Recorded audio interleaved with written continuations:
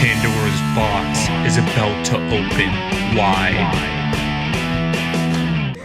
String instrumentalist over here. Oh yeah.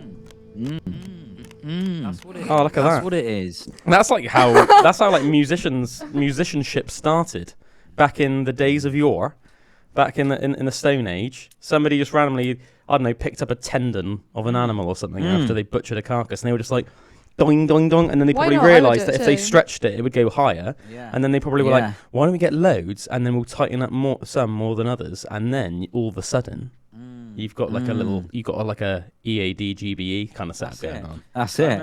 I remember in Peru as well, in a museum, I saw these bones, and it was like supposed to be like the oldest instruments that they had found in Peru, and they were just these bones with just holes in, and they just made little flutes out of bones. I thought that was really cool. Yeah, that's cool. If you blow on this bit of bone with all the marrow out the middle, and just like we can play these little. Can't you do that with grass too? You can make like little reeds. Yeah, like with certain ones you can like. I've never been able to harness that ability, but I think it's really cool. Yeah, whenever I've seen somebody do it, I've always been like, that's pretty cool. I mean, I can whistle good, and I can make other weird sounds like, like. I can't do that. I'm so jealous.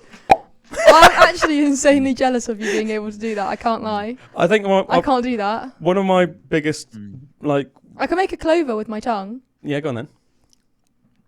Oh yeah, that's a bit weird. I mean, I can go like that. But that's not the same. I can curl my tongue. A lot of people can't do that. I definitely can't do that. Yeah, that's crazy. I don't even know how you'd start doing that. Like.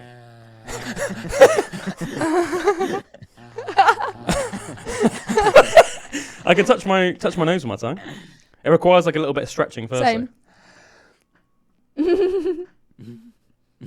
No, nowhere near. Yours is such like hard to do. Yours looks like effort. Mine doesn't. Oh, I feel like. Is that? But do you reckon? That bit underneath. Do you reckon? Oh yeah, that's like the equivalent of like snapping your banjo string, but with your tongue. Oh, your banjo string tongue. Oh! Can't do anything. I can't do anything here about snapping bits. Oh, but yeah. Do you reckon that you can do it better than me because your nose is lower or your tongue is longer, or maybe a bit of both? I think my nose and my tongue's really long. I think both of them are just long. I don't reckon you've got a particularly long nose. I have got quite a long nose. She's got a really long tongue. It's actually like what, your niece? Yeah, you know that tongue tie what a lot of babies get where they start get. Oh yeah. My friend had that. Yeah, oh, it must be like a genetic thing in your family. My friend didn't get it cut until she was like 14. That's a bit mental. Yeah, Naya got it, and she sticks her tongue out loud. It's like down here. She's like, well, like a frickin' lizard. Yeah. The lizard.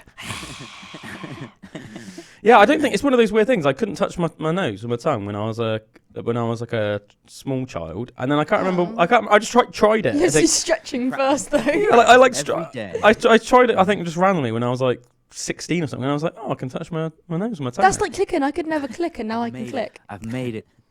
Oh, like clicking your fingers? Yeah, I could never do that before. Yeah, I'm not. I've only just learned how to do it. I used to be able to click my big toes just by bending them. I used to bend my big toes. Oh, mate, that's. I'm impressed by that. But now they don't. I mean, that's just clicking the bone, though, isn't it? Yeah, I used to love it. Yeah, I used to love it. I used to like bend and just like click all my toes, but just by moving them.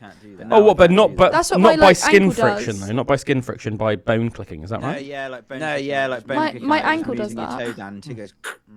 Did you say your ankle? My ankle does it. Yeah, I can just go like that with my ankle, and it'll like just click. Same with my hip. That's why I went to physio, because every time I walked, my hip would just click and pop out of place. Yeah, I got some. But every time I moved it, that doesn't sound nice. No, it was actually quite painful. Yeah, it sounds. But it was more like of a weird feeling that I didn't like. It was like an uncomfortable feeling. I've heard that like.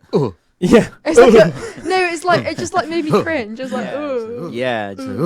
I've heard that like most of the time when it's just like joints, whether it's like you're bending your knees and you hear little pops, or if it's your ankle or anything, it's not actually because of any injury or anything like that. It's like apparently it's like little pockets of air or something popping. Yep, that's exactly what it is. There's like little pockets of oxygen or something like because obviously like I guess because your bloodstream carries around. Which it needs to get out because you don't want oxygen in between. Yeah. You don't want the pockets of oxygen. And I definitely think because I remember hearing that it was pretty relieving because like pretty much whenever I squat, like pretty much every single rep I do, I just hear like a little every time I go down. But I wouldn't get like knee pain or anything. It wasn't like because I had knee pain and I never would get knee pain. But I don't think I even specifically looked it up. I think I was just like listening to a podcast by some like doctors who were also powerlifters or something, and then they were like just saying how it's like little pockets of air and it's nothing to be worried about, because it was like, I think it was like a Q&A thing, like sending your questions, and somebody's question was like, my knee always clicks, is this a bad thing? And they were like, no, it's normal, it's just like little pockets of air that's just like, they just like pop like when you go down and up, but like because of it, like the sound of it sounds like a but it's just loads of little. Sounds like a click. Have Yeah. you ever had that? Have you ever had that weird thing in your chest, like in your ribs, like where something happens and then you can't take a full breath in? Yes, Yeah. I get that all the Too time. much. And it feels like it's gonna like break your ribs in half or something, and Yeah. there's this real shooting pain through your ribs. Oh man, that's like one of the worst things ever. And I think that's a little pocket of air, or something. Like Yeah, trapped something in like the that. middle of your ribs. I get that all the Like, time. it's It's something horrible. weird because all of a sudden it just like you do it a bit further and it almost like clicks or does something, and then it like relieves the pressure or the pain, and then it stops doing it then. But like that's what happens to me anyway. It almost goes beyond a certain threshold, and I like click it back out or something, or like Yeah, do you know what? It's funny you mention that, because like Evie got that for the first time a few months ago, and she like freaked out.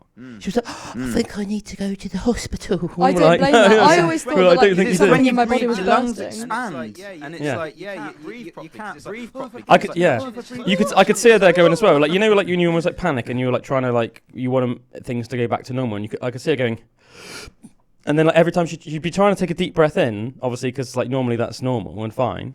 And then she was almost like panicking, because she'd almost like get about halfway through the deep breath, and then it would like cause like a little bit of a jolt or like pain, and then she would like freak out and be like, and we would just be like, look, you just need to calm down. The sooner you calm down and just like start taking a bit more like shallow breaths, the more you're going to get like back to normal. But if you like freak out, it's just probably going to make it worse and like let it like draw out. And but it's like little kids' heads. Like she was almost like worried that she was just going to like stay like that forever now, and it was like, no, relax, it feels like that. relax, yeah.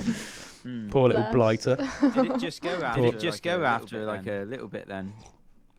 Yeah, I think it was one of those things where it was like we just had to sort of distract her, and then half an hour later, it was almost like, you're right now, and she was like, oh yeah, I am actually. Yeah. Do you know what I mean? It was almost like, but it was just like getting past that first almost like 10 minutes where she like had it, freaked out, and then was like panicking a little bit, and then you almost like have to distract him. And then I think that's like the best thing with anything, is like distract you. If there's like something like physical or even like mental that's really bothering you, it's like distract you, and then you sort of forget about it, and then somebody at some point later on will be like, you're right now, and you'll be like, oh yeah, I am. Forgot I even had that issue earlier on, actually, to be honest with you. Like, yeah, I think that's the best thing. Do you want to know something pretty cool? Yes. Did you know that? Have you ever heard the expression like a buttload? Someone would be like, Yeah. say for example, how much moisturizer do you have at home, Imogen? A buttload. No, I actually have I do have quite a lot. Yeah, well, you might have a buttload, because apparently a buttload is a real unit of measurement. It's equivalent to 100. Oh, someone's like, weighed a butt, and like, that's a buttload. It's 128 gallons. Yeah, but Is that a lot? that's a hell of a lot. Yeah, Okay. a gallon. It's a butt lot. I can't remember how many liters are in a gallon. Gallon is like an imperial unit, isn't it? Whereas like liters is metric. But a gallon is a lot. It's like 5 liters or something like that. That's a lot. It's a lot, yeah. A gallon. How much is this? But 128. I mean, that's probably like a liter, I'd say. Like a litre bottle, maybe 800 millilitres, something like that. 800 millilitres to a litre. 3.78 litres in a gallon. Oh, it's 945 millilitres. I don't know where I got the 7 from. There you go. So How what many did you say it was, litres Drew? 3.6 or 3.7? 3.78 3.78 litres in a gallon. Yes, I think 128 gallons is a buttload. That's quite a lot, isn't it? I don't understand stuff like that. I never have. I just don't understand it at all. What do you mean you don't understand it? Like, I don't understand At 400 litres. any of that. Like What is it about it that you don't understand? Let's break I this don't down. know if that's like a lot or not. What do you mean? Like Think of a 945 millilitres. I don't know how much a litre is. Yeah, Well, a litre is just a litre. Imagine like Yeah, but how much is that? Nearly 2. Do you know like a I'm a carton of visual juice? learner. Yeah, but there's different sizes. Just like an average carton of juice. What, that's like one about- that you that's like a pour litre. into a glass, or one that's Do you like know, Cadbury size? do you know, I don't see them as much now, but you used to get them, and they'd be like a carton of orange juice, and they were like quite big. Like you'd have The them in ones that fridge, you like wouldn't are be just, share. like, one Oh, and- okay, yeah, I've got those at home. you'd bit the top off, and you'd almost like break through the seal as you like. I got kind one of of open those, it like yeah. that, and then you'd have like a thing of juice, like. But So I that's don't a see them litre? as much anymore. No, That's you a don't, do litre, they? yeah. I get them all the time. I buy Yeah, them so all the like- time. Oh, I'm still there. Yeah, I mean, like a litre is like just under 2 pints, isn't it? How much is 2 pint? Too much to a point. You must know what a pint. No, looks I like. don't. So I think what is it? People have pints Honestly, in pubs? I'm not Like good a with pint of these things. beer? Oh, a pint glass. Okay. So like a pint glass. Yeah, I know what that If is. you filled liquid up in a pint glass right to the Very rim, top. Okay, yeah. that Two would of be Two of a those. pint. Okay, So, yeah. I know that. but I think a pint is just over half a litre, so it's like 580 millilitres. I or was something never like good that. with this part of maths. But it's like as Drew said, 3.78 litres in a gallon. So it's just different ways of just measuring stuff, isn't it? It's like don't look into it too much. It's Never like good with stuff it's like that. why is a mile a mile? Why is a kilometre a Buttload. kilometre? It's just like Yeah, but it's like all why is a that. It's buttload like a when buttload? my sat nav says to me like turn left in like 2.8 miles or whatever it is or something like that, or whatever it is. I never understand what that means because I but what do you I mean? know what it means, but like I don't know how far that is because like I just don't know how far. Well, it's it as is. far as it is, isn't it? Do you know what I mean? Yeah, obviously, but like you know how it's like it just says in like 1.5. You will when you're older, Imogen. Yeah. When you grow up. When you've been driving more and like in that sat nav, Yeah. on the motorway, It's you're on the so motorway, scary. and it says the next turning is in 1 kilometre or whatever. Yeah, well, a mile in this country, yeah. isn't it? 1 mile, yeah. Then you'll start. Okay. You go past them every time you go past. If it's a mile, then that's like a minute's driving, isn't it? I mean, not even that. Is it? Probably. Well, yeah, because if you think if you're going 60 miles an hour, What's right? a staple thing near us that's Right, like right, a right. mile? Calm down. Calm down. So ask questions. We're going to try and see. Right, so 60 miles an hour is a mile a minute. Okay. Okay. So if you were going 60 miles an hour in a car and you need to travel 60 miles, you'd get there in an hour, wouldn't you? 60 miles an hour. It's a mile a minute. Okay. So if, say, as Drew said, driving. if the next junction was a mile away and you're going 60 miles an hour on the motorway, that's quite slow for the motorway, but say you're in the slow lane, everyone else is just In overtaking. the slow lane. It's not a slow lane. It's basically the slow lane, isn't it? The In a furthest left slow lane. If you're in a caravan, there you are. It's You're the one. going It's the 50. one where like lorries go, Lorry. or just people that drive ridiculously slow for Or if some you got a reason. trailer. Yeah, and so if you saw a mile, you'd be like, oh, okay, well if I'm going at 60 miles an hour, I know that I need to put my turn signal on in probably about 40 seconds. You know, I wouldn't know that. or like I think I don't know if it still is. I think it still is. I don't know. Anyway, so like in standard army what test, a minute feels like. do you know I what? know what a minute Do you know what? feels Count to like. 60. There you go. There you go. Yeah, but like I thought a mile was longer than it was. Like I thought That's a mile. Chilton School was like a mile. It probably is about a mile from here. Maybe not quite a mile. Because it's not far, is it? I think if you walk It's from here. over there. Yeah, you'd like walk over a bridge and then you walk through just like down All Chilton through Street. those like You'd walk neighbourhoods. you just literally just walk down Chilton Street. And once you cross over the docks and then you'd be there, wouldn't you? So is like Taco Bell and that also a mile? No, it's nowhere near a mile. Is that bigger than a mile? No, it's way less than a mile. From That's here. less than a mile. Yeah. Oh my god, I thought a mile Yeah. was like so much. No, I think That's so confusing. a mile. I think there's a sign in town. So I think a mile is. Have you ever spent much time in Wemden? yes, town. kind of. For people that aren't from around here, they're like, "What the hell are these guys on about?" They're just talking about. I'm a like, visual local places. learner. So, do you know like at the bottom of Wemden Hill, or like where the old Wemden shop used to be? Do you know where Yes, I'm yeah, at? yeah. Right. So from there to the Malt Shovel pub, that's a mile. I always just remember for some reason being a kid. For some reason, I don't even know why. It's like so random, but there's like a little stone sign that's like only sticks out about a foot out of the ground. And it says like 1 mile to. Or whatever, like, and then there's another one by the Malt Shovel pub, and it's like, you know what I mean? It's really weird. But I remember, I randomly remember as well. Like, you remember Luke Palmer? I remember Luke Palmer was a guy in our year at Haygrave, and also and my primary school as well.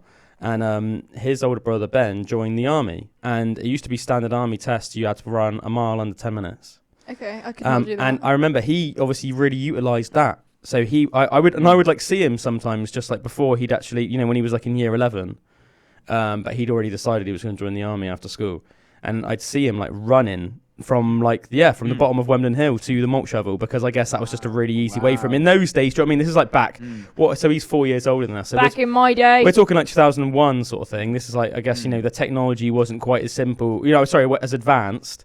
So rather than having like a watch or anything that can monitor his steps or his mileage, you would just think, oh well, it's just use the stone. Yeah, just use the stone markers. signs. But to be honest, man, it's like perfect, isn't it? It's just like Was that. the malt shovel, that pub on the corner by the little roundabout. Yeah, there's like a little roundabout, and then it's like if you go behind that, you're entering Chiltern. If you stay sort of, you'll head sort of more down Broadway, like more down towards, actually more to the centre of town and stuff like that. Yeah, I know. And then the other way takes you more towards like Quantock Gateway, Durley, Quantocks, that sort of stuff. Oh, Yeah. I know where we are now. I can picture it in my brain. I had to like, drive the whole way down there. Yeah. I think that when it comes to like measurements and stuff, Emma, I think you probably just overthink it.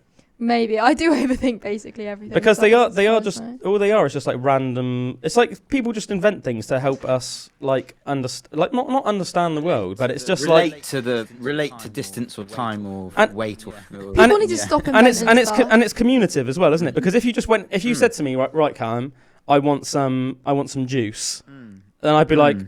And I just poured you like some random quarts, please. Yeah, I just poured you some random measurement. Well, I could be giving you way too much or way too little. But if you say like, I'd like a pint of milk, please. I'd like a pint of milk, please. Then I know that you want a pint.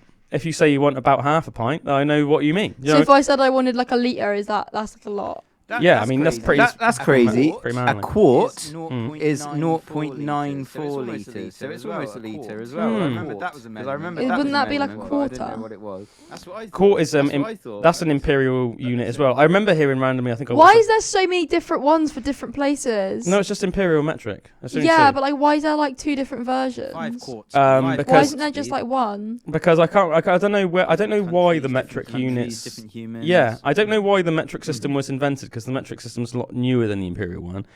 Which one do we use? We're a weird country. So America only use imperial. Okay. Most of Europe only use metric, but England, because we're weird, we use a bit of both. So on our motorways, special. we have everything in miles. Our little speedometer in our car is in miles. Mine's on both. What, you have kilometers as well? One's on the outside, one's on the inside. Is it really? Yeah, sometimes I forget which one I gotta follow. And you're like, oh my god, I'm going 80 miles an hour, and you're actually going like 55 miles an hour. But it's weird because like obviously in pretty much every shop nowadays, like everything will be sold to you in like liters. Say you go into a gym, it's not in pounds, it's all in kilos. Yeah. So kilos is metric, pounds is imperial, Okay. miles is imperial, kilometers is metric. But then it's like but we're a weird country because we'll have like liters and kilos, right? Yeah. But then we have miles on the motorway and in cars. But then randomly, going even more like freaking ancient, we have pints in pubs, which is really weird. Do you know what I mean? Like that's almost like ancient. And we weigh ourselves. I mean, I think a lot of really young people don't do it. They weigh themselves more in kilos now. But obviously, traditionally in the UK, we are in stones, which is like almost like hilariously ancient. Well, did that come from like literally how many stones it weighs? Like, how many stones you're the equivalent of? Is that where it came from? Yeah, I guess so. Like, they just think like, stones. what is the size of like an average stone you'd pick up, and then that became like a. Are you that heavy? Yeah, was it like 13 pounds, isn't it? Something like 12, 13 pounds. I do too. Yeah. I just think like I always just think like I'm about 16 stone. I remember Boom. I remember I saw someone on Instagram the other day, and it's like looking at this luthier stuff, and because the Americans like say do everything in imperial, like with measurements and that, they was just like someone was like making a measurement and doing a setup on the guitar of like the action, so like 1.6 mil action at the 12th fret. Yeah. And this American was like, metric is just for people that can't do math. Do you know what I mean? Yeah. Because it's like thousands of an inch and stuff. Like their small measurements are all these fractions and 1/32 of an inch. And it's like that just gets to me. That's a bit like it's weird doing it in that rather than just like because a millimeter is so small that you can get it like to the millimeter pretty much. Yeah, I remember. I struggled a little bit because like all the building stuff that I've ever done on my house, I've done with Emily's granddad, who's like a really good builder. But obviously he's like in his 80s now, and growing up, being a man that was literally born in 1940. When they went to school, they were still doing everything imperial. So I'd be like, oh yeah, so Stan, what do we need to do? Like, we'll say when we were building the gym, what do we need? Like, what lumber do I need to go and buy to like build a gym? And then he'd give me like a little list, but it would all be in feet and inches. But then I'd go into the builders merchants and I'd go up to the desk and I'd be like, I need this, and they'd be like, this is all in like feet and inches and that. Do you know what I mean? So like I'd have to like figure out like what it was. So then I'd have to do extra maths, because then I'd have to like convert everything down into like meters and centimeters and millimeters and stuff. So yeah, that was, I remember that was always a bit like, whenever Stan would give me a list, I'd be like, oh, I'm gonna have to do loads of maths now. How often do you guys weigh yourself? Not. It depends really. Like sometimes I won't weigh myself hardly at all, but then it's if like there's some scales there, I'm like, I find it quite Yeah. fun. But it's like- but I haven't got a set of scales. Oh, have you not? When like randomly it sounds around someone's house or something, and they've got a set of scales, I'll like jump on it and just Yeah.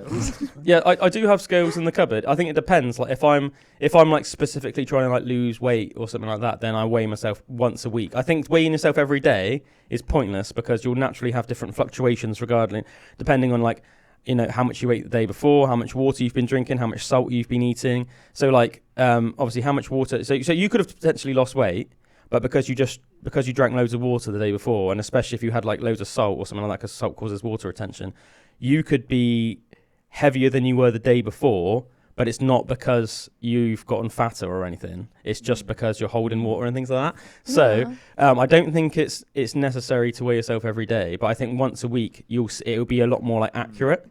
You know, because otherwise you're not obsessing over those minor fluctuations. As I think if you're trying to lose weight and you weigh yourself like once a week, then and you're actually doing a good job, like doing everything you need to do, like being in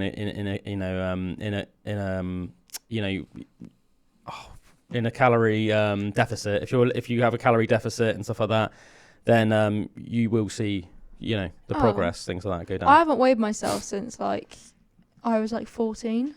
So like 5 years. That's quite a long time. Last time I weighed myself, I was like 6 I stone. hadn't until I went to my mum's last. That was the last time I weighed myself. The last time I weighed myself before that, I was like 10 and a half stone. Wow. Or 10 stone or something. That's how long ago. Mate, that's so light. Mate, that is Yeah, so I was light. 6 stone when I last weighed mine. Years, and then I weighed it this time, and I think I was like 14 stone or something, like 13.8. Mate, I'm surprised you were that heavy actually. No, it might not have been that. It was 12.8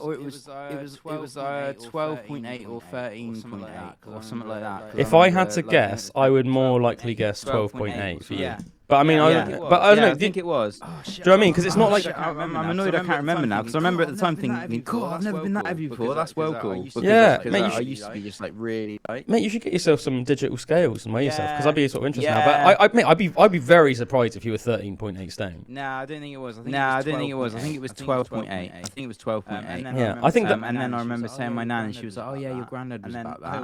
And then I also remember when I was like 10 and a half, like all those years ago, my nan also said, oh, when I first met your granddad, he was like that. So it's like funny, like when they were like really young. Mate, you saying about like the last time you weighed yourself before that, you were like 10 and a half stone or whatever. I literally think the last time I weighed that, I was probably like starting year 7.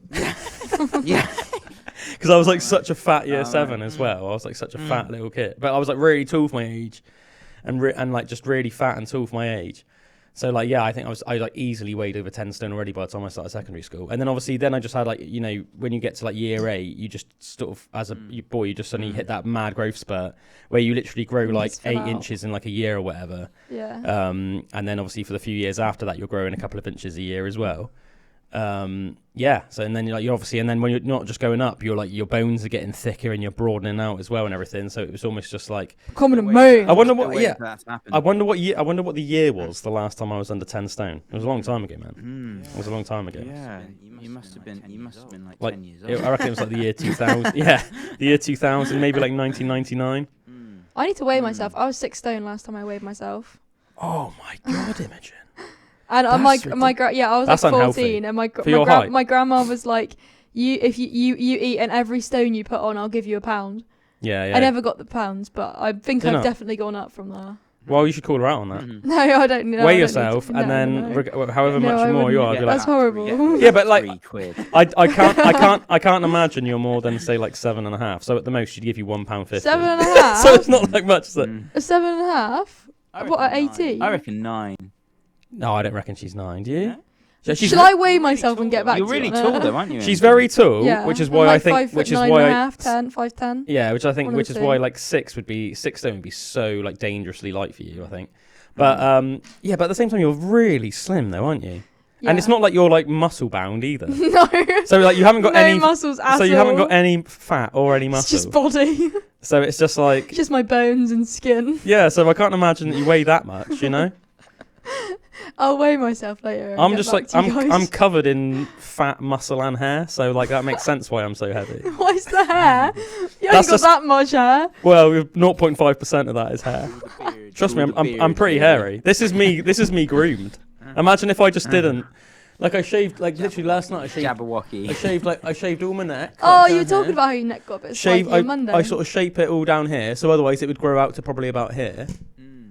It would just be like, and then yeah, and then like obviously yeah, this is all shaved. Go as a caveman for Halloween. Look, hairy I did chest. that a few days ago as well. Got a hairy chest. My back started getting hairy recently, which I'm not happy about. So do you just get hairier and hairier as you get older? yeah, as a man? I think you do. Yeah, mate. I yeah. hope I don't. I think I've noticed my ears starting to get a bit hairy even. I mean, you can't really see you it do in get this hairy because ears. it's like fine at the moment. Do you know what I mean? It's Got a like, lot of grey hairs coming, but oh yeah, me too, man. You can. I don't know if you can sort of make them out too much because I think it's like this side more for some reason. oh yeah. But I've oh, got yeah. like quite a few grey streaks. Here. Oh yeah, you were supposed to say no. No, I don't mind. No, boys don't do that. Boys are just like, yeah, that's good.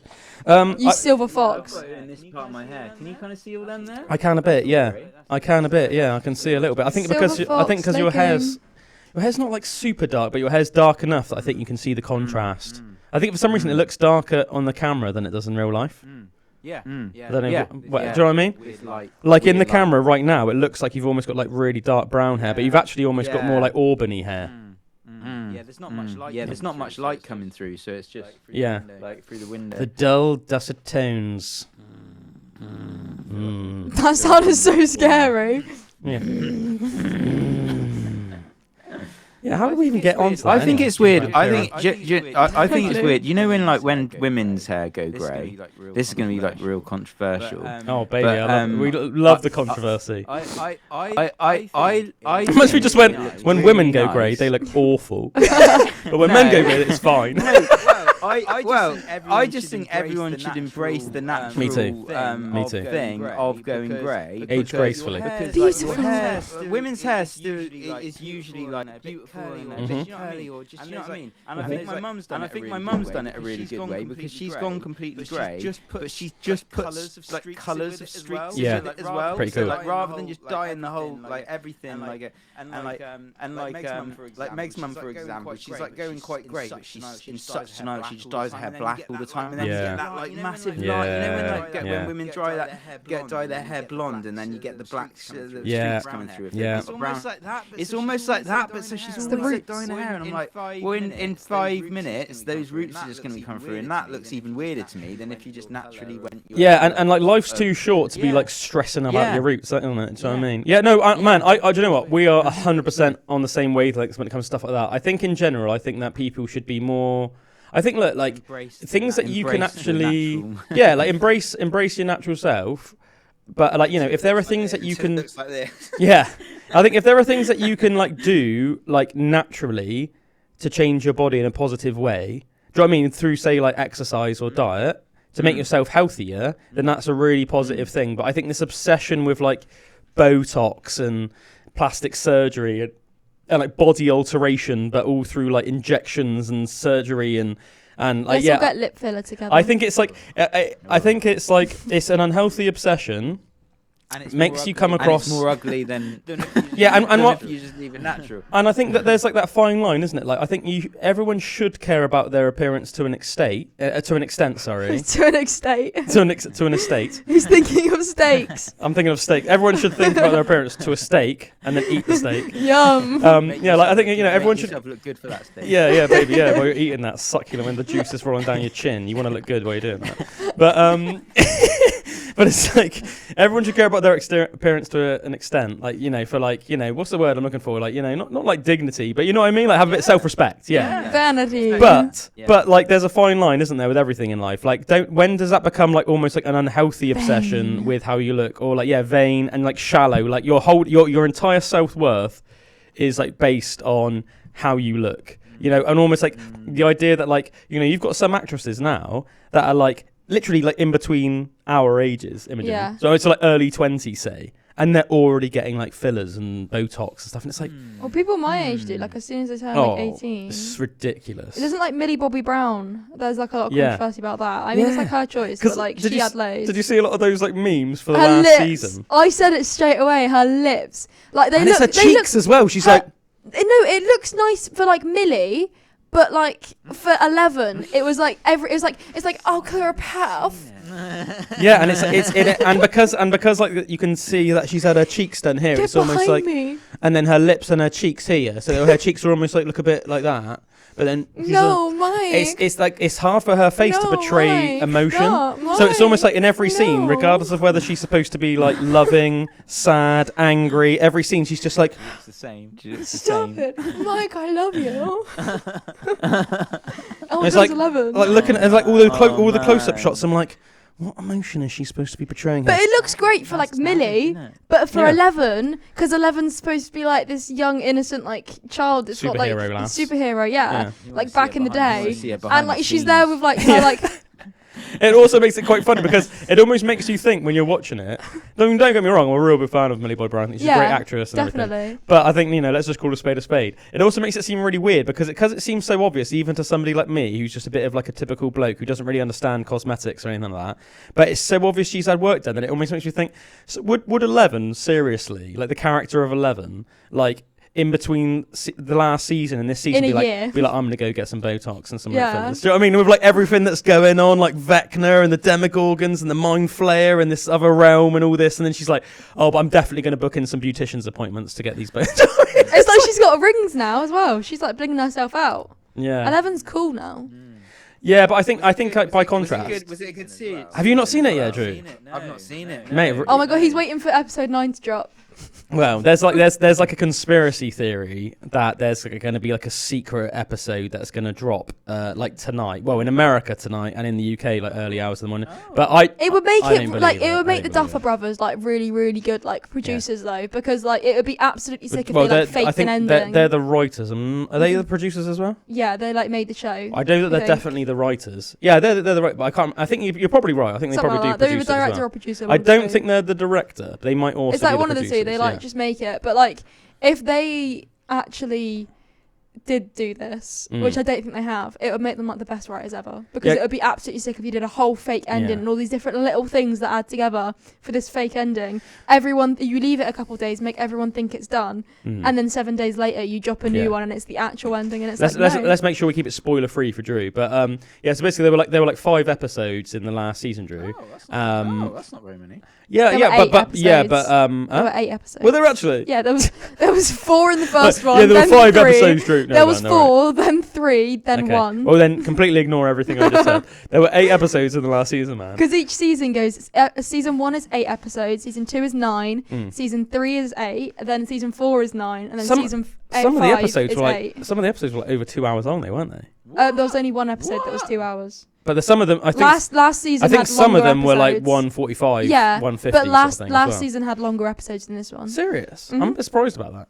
But yeah, that's why everyone's really mad. They cut like over like 14 hours out of the whole thing, I think, in total or something like that. Oh really? They cut loads of hours out of the didn't season, like loads. Yeah, but basically though, Drew, like some of the episodes were like movies in terms of length. But I think the general consensus is like there was like one episode that people thought was a bit silly. That was almost like a bit of a letdown. But I think in general... There was one that was really good, though. The Volume 1 was probably the best. There was some really good episodes. Volume 1 was the best. Volume 2 was mid, and then the end was like, oh.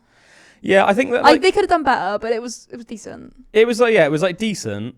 I did enjoy watching it at the time. It definitely wasn't like Game of Thrones. You know when you watch like Game of Thrones a little bit, and it was like the last season, you're a bit like, mate... this is a bit weird.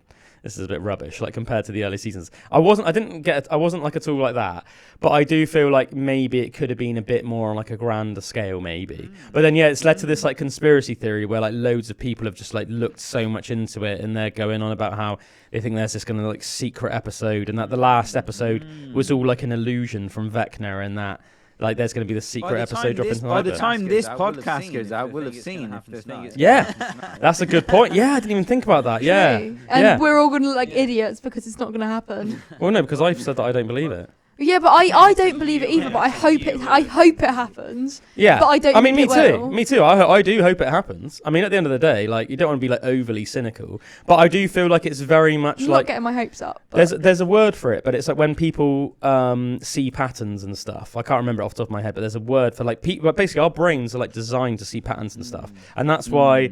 Like people can see patterns in anything, you know. Like you could look at a cloud and see a face, or you could look at a pattern on a rug and you could see something. Like it doesn't mean it's really there. It's just your brain looks for patterns. Like people say with conspiracy theories. Yes, it's called so many patterns. You can relate anything to anything. Exactly. To anything. And then before you know it, you go down this rabbit hole and you're like, oh well, like you know, and you're starting to like connect all these dots, and you think in your head that it makes sense, but really it's just like a random sequence of like coincidences and very like loose sort of facts, but you're building this massive picture in your head that like every extra little thing is like more concrete evidence of this thing, and it's like I think you can like lose yourself in that, and it's kind of a bit like going insane. Do you know what I mean? It's like a small little type of temporary insanity that you can get, but with like something specific rather than like this broader insanity. This Stranger Things thing, the theory is called conformity gate, and it basically means the episode so people think that it's going to be like a false reality. Yeah. So what actually happened in the ending didn't happen in the ending, and it's actually the complete opposite. So there's going to be an actual proper one, which is why everything was, you know, how we were going on about how it was actually quite disappointing, a certain fight. Yeah. Maybe that wasn't real, and that's why they think, you know, when the screen went blank for like 7 seconds. Yeah. They think that was when everything started to change, and that's not actually the ending. After that, it isn't real. And what actually happened? I won't actually use a spoiler, but like what with Steve. So what happened with Steve, and then it went blank. Right. People think that what happened after everything after that isn't actually that's true. Really interesting. And everything after that didn't happen, which means I think that there was just a pause just to build tension. Definitely was. I don't think it actually is happening. Yeah, it would be cool if it was. But do you think I should watch the previous season again before this one, or I think that maybe watch all of it. I think the whole show. That would take too long. I think maybe watch season 4. There's certain episodes the Duffer Brothers said to watch beforehand that'll link in if you want to watch those. Yeah, maybe you could just send Drew them. Yeah. Find out. Let me find out and I'll tell everyone. Before season 5 started, the Duffer Brothers literally, pretty silently did this. They were like, if you need to refresh your memory, watch all of these episodes before. And it's like 2 episodes from season 2, like a couple of episodes from season 3. Do you know what I mean? It's like every information that you would need from every prior episode mixed with just your general memory of the ones before, and then obviously they'll probably do like a recap at the beginning of the first episode. Apparently, those are the final episode of season 4, which is the massacre at Hawkins Lab. Season 4, episode 7 as well, and then the finale, so the piggyback, which is season 4, episode 9. So the final 2 basically, missing out number 8, and then season 2, there's Will the Wise, which is episode 4, and then The Spy, which is episode 6. Apparently those are the ones. In season 2? Season 2, episode 4, Will the Wise. Season 2, episode 6, The Spy. Season 4, episode 7, The Massacre at Hawkins Lab. And then season 4, episode 9, The Piggyback. So it's only those 4 episodes? Yeah, I thought there were more, but apparently not. It was just these. Yeah, that's pretty good, isn't it? Yeah, if you wanna before watch season 5, watch those. Yeah, so this is spoiler free, so it doesn't really like matter. No. But some of the reasons why people think that it was like an illusion, Drew, are quite funny. It's like there's this like scene, like this graduation scene near the end, and it's like they're all wearing like orange gowns, and everyone's like, orange is what people wear in America when they go to prison. And the gowns should be green because in like season 2 somebody said that the Hawkins High like graduation gowns are green, and it's like everybody's hair in the last scene looks like Vecna's hair when he was like they're all sitting in like human Vecna. form, and they've all got their hands like this, which is how Vecna stands. And do you know what I mean? It's like there's like one of the things had like changed color, like they did this dial, and one of them had changed, and it changed color like between episodes, and people think, oh my god, they're like faking it, and they're slowly erasing Will from everyone's memories because nobody remembers his birthday, nobody remembers how long he was actually missing for. Yeah, it's quite funny. I don't know. I just don't know if I'll buy it. Do you know what I mean? I think it's like I really appreciate that there's really passionate Stranger Things fans. I think it's because people are disappointed. I think that people are like almost like more of like a hope on their part that it's not over, that they want just that one more episode, and they want it to be even more grandiose and even more amazing, because like no show's ever done anything like that before, and it's like I was gonna say that's a really cool part of it. I think writers and things are gonna have to start doing things like that, or some different kind of way that they like present the series and that, because just to keep it interesting, and to keep like the audience on their toes and that, like that would be really cool if it did happen, because like you say, like I can't think of any other show that would have done something like that before. Yeah, it'd be like just a complete mystery. So it'd be cool, but then also like keeping that secret would be like a big thing, especially with Noah Schnapp. Yeah, because at this point they've all done like the little like tours and screenings and stuff like that. Do you know what I mean? They've all been. I know that they were like in London doing one, and they obviously did some in America as well. It's like, but I guess it's plausible. Do you know what I mean? Because like the thing is, half this when in those interviews they like had to describe the season in like one word, and Caleb, the person who plays Lucas, said traitor. Did he? Yeah, he said he described it as traitor. Did he really? Yeah. I haven't seen that. But like half the stuff they described it as just makes no sense. Maybe so maybe they like almost like deliberately told to do that because I don't know, maybe just would add intrigue or something. Yeah, probably. I think it's like they said there would be 5 major deaths. Did they? Is that official that they That's said what the that, Duffer Brothers said, apparently. That's what I've seen everywhere. The Duffer Brothers said there would be five major deaths, and one of them would be the like most gruesome death of all time. Maybe they mean like none of them were across the whole like course of the program. I don't know. There's been more than 5 deaths though. There was literally 4 in last season. From like semi-major characters. You got like Billy in Eddie. season 3, Eddie in season 4. What was Nancy's mate in season 1? Barb's. And then you had Samwise Gamgee in season 2. That's 4. Then we've got 3 people in this season, so that doesn't make sense. Is there 3 people? Yes. Obviously, don't say who, because you haven't seen it. Is there 3 people? Yes. Don't worry. It's all right, just don't. What? Oh. Don't worry. Do you not care? They were just doing like song language. I'm like telling him. No, it's all good. Don't worry about it. Oh man, it'd be so much easier if I'd watched it. Yeah. No, it's all good. It's all good. It's all good. Yeah, I don't know. I think people can look too much into this, but just changing the subject ever so slightly. I do think that like Lucas is like the low key MVP. He's fit. Do you think? Yeah. Well, he's the only one out of them that's actually reasonably athletic, isn't he? Like the most valuable player. So MVP stands for most valuable player. Like, yeah, he's just like, I feel like he's like the Which one's that, Lucas? The black kid. Oh yeah. Oh yeah. The one that's cool. Max's boyfriend. Well, it's like it's just a descriptor. I was like, what? Do you know what? I remember watching a UFC once, and I thought Joe Rogan. Like, thank God for Joe Rogan.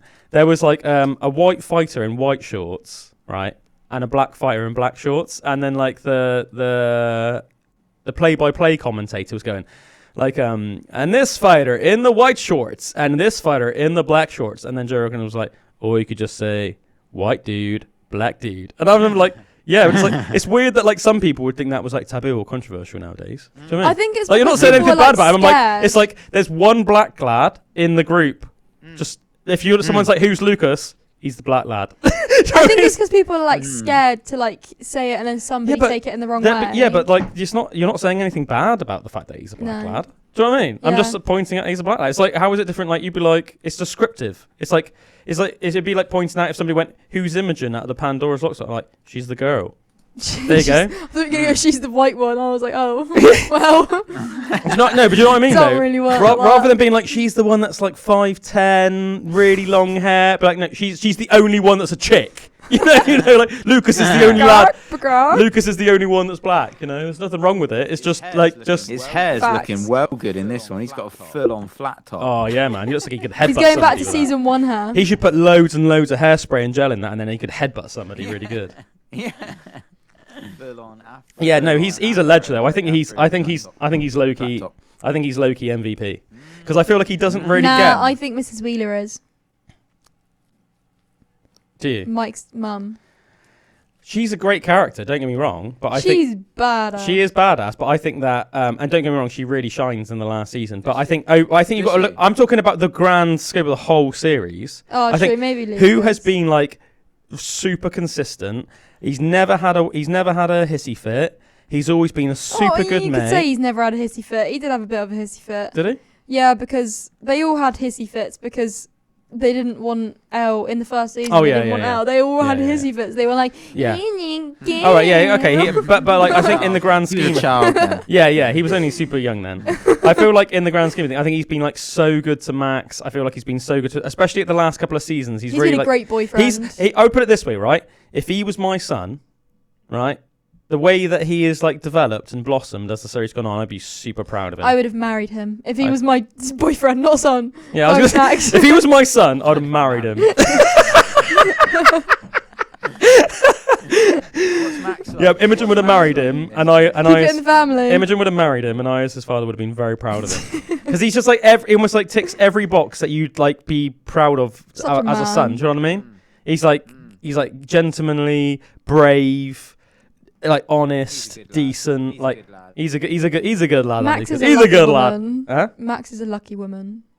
Yeah, she. Oh, I'm Yeah. having that thing where Did your insides just go?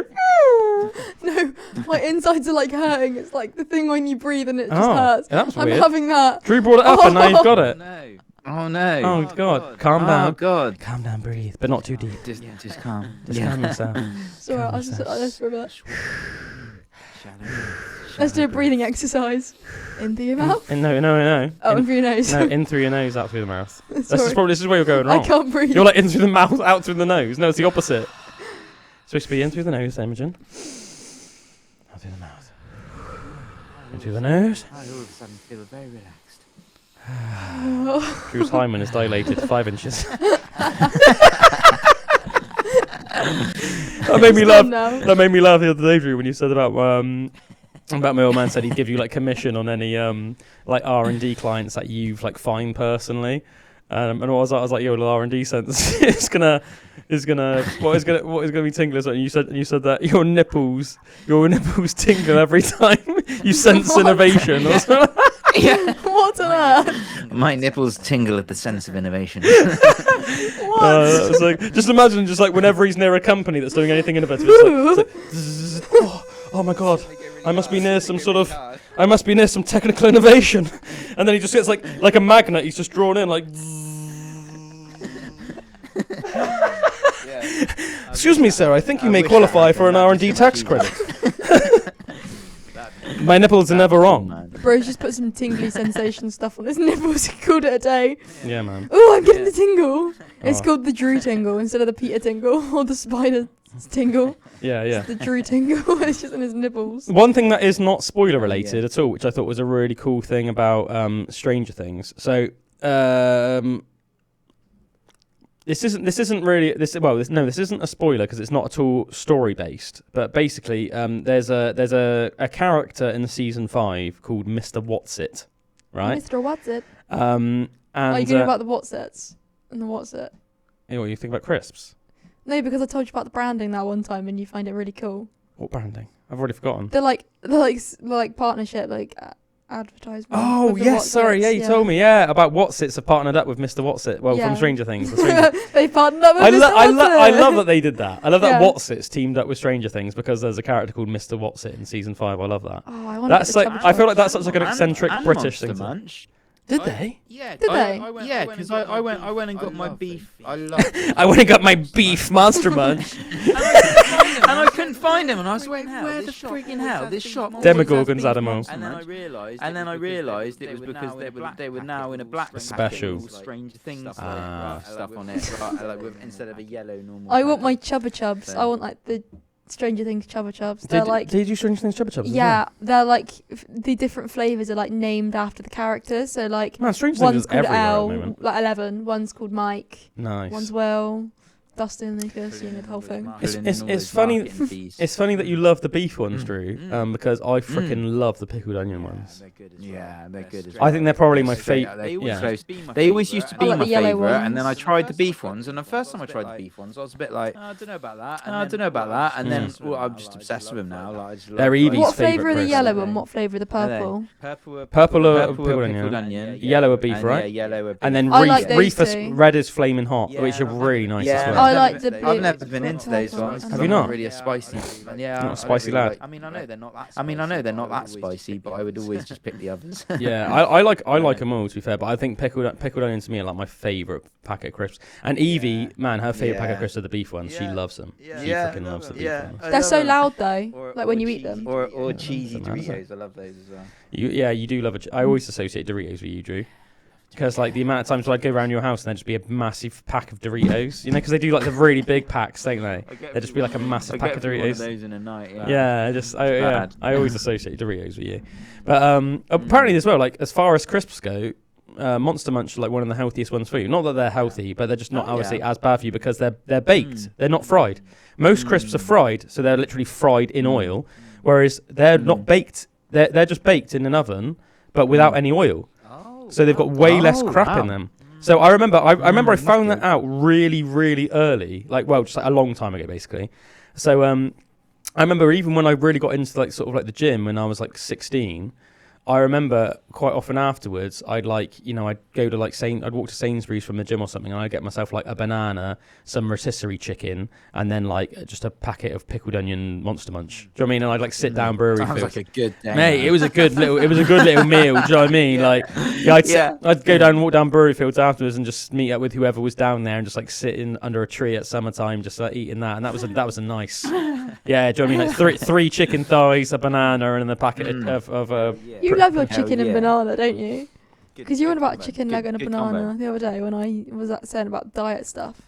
And he said, Oh yeah, chicken leg and a banana. it's because you said you wanted to start going to the gym, didn't you? Yeah. I bet you said that like you needed to get your diet down because you're rubbish with diet.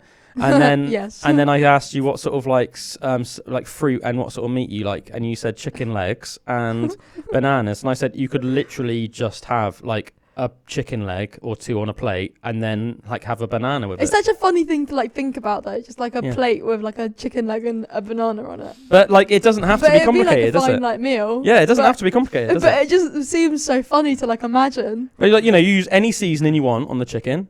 And then, you know, a bit of sauce if you want. You know what I mean? You don't have to go like so radical to the point like, oh, no, I'm not having a sauce with it. Do you know what I mean? You just have a I bit, don't like sauces. So. you know? Oh, well, there you go. Because chicken, that's a good thing about something like a chicken leg. It's so juicy anyway. You don't really need it. Like, I'll put like a little bit of hot sauce on it and like some salt and pepper. Boom. Nice and easy. And then you could literally just have that and then have like a banana with it. So then it's like, the way I see it in my head, you're getting like some loads of like healthy nutrients from the banana, like potassium, loads of vitamins and like that. And you're getting loads of protein, some natural animal fats from the chicken leg, loads of things like B vitamins. Yeah, do you know what I mean? So it's like, that's like a well-rounded meal in my head. There's Yeah. some really good. There's some really good seasoning in. I don't know if it's. I think you can get it in Tesco's and Sainsbury's, but keep an eye out for it. It's really nice. And they're like quite big pots. And I think it's like South African seasoning or something. And you can get like Texas Steakhouse or like a lemon and herb one. But I always have a couple of those in the cupboard because they're just so nice. The mix of herbs you get, and they're quite expensive. But you just put that load of that on the meat, and it's just like really good. Man, I had something that I know that you'd really like recently. I even thought of you. So my mum when she so cute. So my mum went to Nashville a few months ago. She came back just before we did that thing with Deb Rose actually, and she brought me back like this like Nashville barbecue rub because obviously Nashville is like like Tennessee is obviously one of like the barbecue states in America. It's like Georgia, Alabama, Texas, like you know what I mean, like all those southern states just are like they're like barbecue pros. They like go there for the best. But so she brought me back this like she brought me back this like meat rub, and then sound as a pound as well. So like one of mine and Em's friends. Helen, she's a farmer and she lives near like Triscombe Stone. She's got like a farm near Triscombe, and she's such a nice person. Shout out Helen, love Helen. she like just gave us from like a cow that she like reared and butchered herself, just this big freaking slab of like beef short rib. And I cooked it, mate, and I lathered it in this proper, just like authentic Nashville rub, actually from Nashville. Put a little bit of like stock in with it, you know, covered it up, cooked it low and slow for like, I can't remember how many hours it was, like 7-8 hours or something. Mate, took it out, and it was like, you know, when it's just like the meat just like melts like butter, like in your mouth. And it had all that just lush Nashville rub in it, and cheeky rub, and it was amazing. We like cooked up some like homemade potato wedges to have with it, and just like some salad with some extra virgin olive oil and some balsamic on it, and it was like, oh mate, it was amazing. It was so good, and it just I felt like almost like so blessed when I was having it as well, because I was like, we've been given these amazing beef short ribs for free, and I just got given this amazing rub for free. As well. Yeah. Helen's so nice. She just like gives us logs as well, because she just lives on like a really big property. So she just like gives us logs to burn, which is like so sad. What was the rub like? Was it like did it have a bit of a spice to it? Was that barbecue? It wasn't. A bit of a spice. Yeah, it wasn't that spicy. If it was, then like Evie and them wouldn't have been able to have it. Do you know what I mean? Like they physically wouldn't have been able to tolerate it. It was more just like really tasty. Like. Yeah, do you know what I mean? It was like, I think there's like a bit barbecue-y. Yeah, I think there's a bit of an art to it, isn't it? And I think whenever you like hear like really good chefs talking about stuff like that, like herb blends and stuff like that, they actually like look down a little bit on people just like making stuff spicy for the sake of it. Like, do you know what I mean? It's almost like some people are almost like, yeah, just like make it spicy, but that's almost like, no, it's all about flavor. Yeah, it's all about flavor and balance more than like just like, oh, you know, like just making something hot for the sake of it. So it's like, to be honest, it was like, it just more was like a flavor enhancer. It wasn't like super spicy. It just tasted delicious, and it just gave the meat that almost like real nice, almost like oranginess to it. But you could just, you could tell it was just full of like, the salt and the pepper, but also like the paprika and like a bit of onion powder, probably a bit of garlic powder, a bit of this, a bit of that, and it was just amazing, man. It was amazing. That low and slow thing, like, man, just it's the only way to cook meat, really, or big joints. I think and so. Stuff and big things like that, you know. I think so. I did a big lamb leg the other day, but it was the lamb leg, because in Sainsbury's they're just half price. I don't know if you ever go in and see it like that. Like randomly they'll just do half price like lamb, and it's a big like £36 like thing of it's like a club lamb leg. It was like 16 quid or whatever, and I'm like that's so good. So I got like 6 full lamb legs the other day when they were on offer, and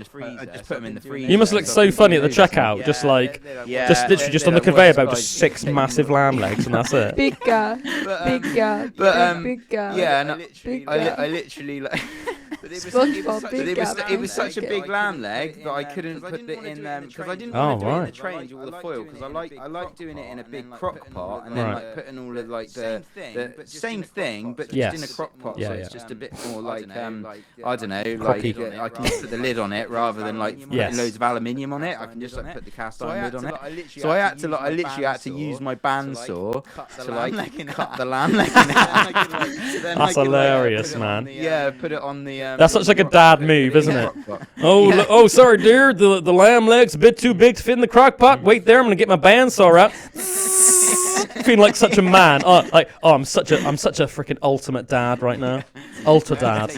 Ultra dad. Unit and just like run it through the bloody bandsaw so it'd fit in the crock pot. But when needs must. But it was so good. It just meant everything could just be in the cast iron, because cast iron as well is like good for stuff. It's just so I don't know if it. I think that old-fashioned cast iron, man. To the flavour, and it apparently the iron actually like particles of iron like seep into the food. Oh right. So it's good for your iron levels. Apparently. Oh right. Wow. If you cook with cast iron. I mean, to be honest, you wouldn't need something like that with something like lamb anyway, because lamb along with like beef is like any red meat basically is like the best source of iron anyway. So you're like, if anybody, I love red meat. Anybody that's like slightly anemic, get on your freaking lamb legs or get on your beef basically. Yeah, anything like that. There's this amazing farm by in Devon as well called Piper's Farm. And like it's just down the road. Like it's just down the road, like from there, and like by Exeter, and they do like amazing meats and stuff, like all like reared on the farm, and they're really into the way they do it and everything.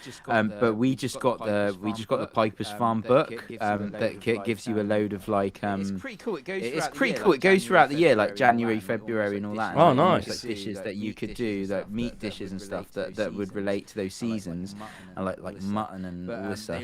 Yeah. They look so good, man. It's a lot of low and slow stuff and that. And I'm like, I want to try all that. Like, Oh, man. Low and slow. Ramon, I ain't slow. seen you Make that move like melt that in on the years.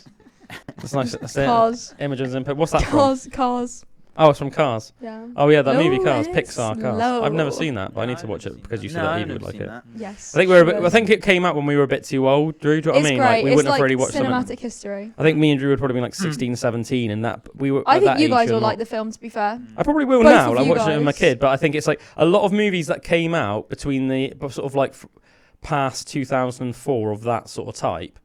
Like people like me and Drew just wouldn't have watched them because you get to that sort of age and you're interested in like going out with your mates and being with your girlfriends It's your homework. and like jamming and just getting wasted and stuff. Do you know what I mean? I want a not review going opinion Cars. on Cars. Yeah. I want you guys to give me a review on Cars and Yeah. see if you guys like it. That or is not. one nice thing, actually. It's funny, isn't it, how like so many things in life go full circle. One thing that I think is nice about being a parent is like taking Evie to watch the new the Lilo and Stitch movie in the cinema that came out a couple of months ago, and she just freaking loved it. Do you know what I mean? And like she was I'd so like that because I wouldn't look weird going to the cinema to watch kids' movies that I want to watch. Yeah. I went to on Christmas Eve with my boyfriend. We went to watch SpongeBob.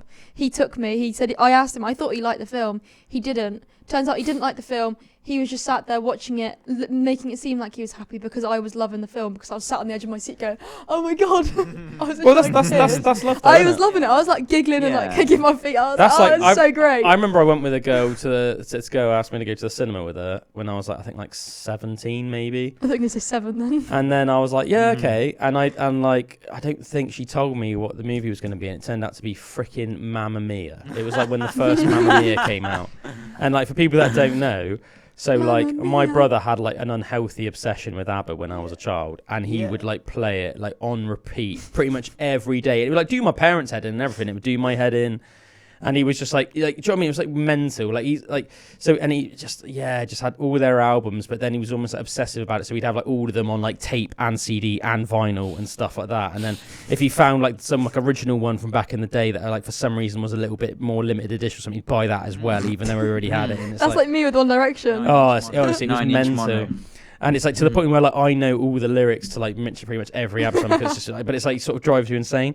And then so I sat through Mamma Mia, and for people that don't know, Mamma Mia is like an ABBA song, but it's also like the whole movie is like an ABBA musical, just starring like Piers And it's Brosnan. like 2 hours, isn't it? It's like 2 hours of ABBA musical, starring like man. Piers Brosnan and Amanda Seyfried and that. Like, My if- sister and my mum loved it, and I hated that movie. I oh was just mate, like, I literally God. sat there in the cinema like, and I was just like, my brain was just like dribbling out my ears, and I was like, oh my god, and I thought, You should well, have went to sleep. and I thought this is like some good karma for me. Yeah. Do you know what I mean? Yeah. This is Did some you ever good go karma. without that girl? Did you ever go out with that girl again? Yeah, I mean, I'd already known her for a little while. Oh, okay. Do you know what I mean? But I don't think I can't remember if I ever actually told her how Well, at much I least hated the movie. I actually thought like the SpongeBob movie was so good. Mm. Like I love the SpongeBob movies, all of them, and I thought that was probably one of the best ones in a while. But Yeah. my boyfriend was like, it was terrible, and I was like, oh. Yeah, it's fun. It's funny. I think it's like good to see things like different perspectives in life and watch things that you wouldn't normally watch when you're on your own. I was like, yeah, I said like even when I went to go watch like Lilo and Stitch with Evie, like I'm not gonna lie, I kind of enjoyed it.